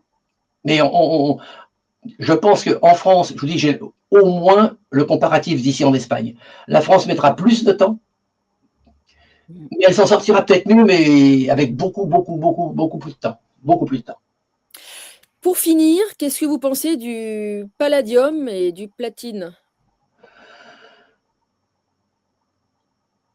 Là encore, c'est toujours la même question. Réel, bien virtuel. Si j'achète des certificats de palladium, alors le pouvoir de hausse de ces deux métaux, aucun doute possible, oui, il est énorme. Maintenant, comment je fais rentrer cette possibilité dans mon patrimoine? Je vais acheter des lingots ou des barres de palladium? Bah non. C'est un marché qui ne m'est pas accessible. C'est ma vision, hein. Mmh. C'est ma vérité. Potentiel de hausse, sans aucun doute. Pour moi, particulier, pour ma résilience, pour tenir le temps qu'on aille vers un mieux, parce qu'on va vers un mieux. Mais pour tenir, je ne sais pas jouer dans cette cour-là. Je ne sais pas jouer dans cette cour-là. Et pourtant, il me semble que dans certaines agences, ils vendent du palladium. Je ne m'y suis pas intéressé. Je vous dis, je reste. Alors, comme quoi, hein, y a peut-être quelque chose que j'ai loupé, c'est possible. Vous soulevez quelque chose, du coup, merci Stéphanie, mais vous allez gâcher quelques-unes de mes nuits parce que maintenant je vais aller regarder. Mais, Par intérêt, ouais, c'est mais intéressant comme question. Mais, des ah ben agences, je vais oui, je vous les remercie de citer me l'avoir parce que posé. bien sûr, ils sont très connus, Godot& et Fils. Oui, et ben chez Godot et Fils, moi j'achète de l'argent et de l'or. Je ne dis pas qu'il n'y a pas d'autres possibilités. Une fois Mmh. de plus, euh, je préfère globalement dire, voilà, je sais que ça existe, ça existe, ça existe, ça existe, ça existe. Mmh. Je me suis servi de ça. Mmh. Des clients à qui j'en parle le sentent, le font. Ça ne veut pas dire qu'il n'y a pas d'autre chose. Mmh. Je ne les connais pas Oui, oui, bah, suffisamment pour les recommander. Mais sur le plan euh, théorique, c'est toujours, il faut, excellentissime question pour finir, comme vous disiez. La question à se poser, c'est comment j'en sors. Mm. Comment je vais revendre ça. Bien sûr. L'or et l'argent, nos problèmes. Mm. Une barre de palladium, je ne sais pas. C'est peut-être plus facile, hein, j'en sais rien. Par le même circuit, je crois. C'est ma limite, je ne sais pas. Bon, Je ne on sais verra pas. dans les commentaires si des gens ont tenté d'acheter du palladium chez Godot et Fils, par exemple, et comment ça s'est passé. Leur retour m'intéresse, Oui. je me nourris en permanence des Mm. questions de mes clients, bien évidemment. Bien Donc, sûr, si grâce à vous, je peux avoir davantage de questions, merci par avance, Stéphanie. on en apprendra tous les jours et c'est bien l'intérêt de ce parcours terrestre. En tout cas, Absolument. je vais mettre en descriptif tous les liens utiles pour aller s'intéresser à votre travail, très C'est riche. gentil. Et je ne sais pas, je vous laisse le mot de la fin. Un grand merci pour votre confiance, cher Hubert Boels. Ben, je vous retourne le complément, chère Stéphanie Reynaud. Merci beaucoup parce que c'est l'éternel problème, si vous voulez. Acquérir un savoir-faire est une chose, le faire savoir en est une autre. Et grâce à vous, merci Stéphanie, vous allez m'aider peut-être à passer, peut-être certainement, à passer de ce côté-là un cap. Donc, dernière phrase, soyez confiants, par principe, avec certitude, nous allons gagner et nous allons dès maintenant, nous allons déjà vers un monde meilleur, mais il faut accepter qu'il va y avoir des turbulences, d'où l'intérêt de s'y préparer. Merci à vous, Hubert Boels. Merci. Au revoir Stéphanie.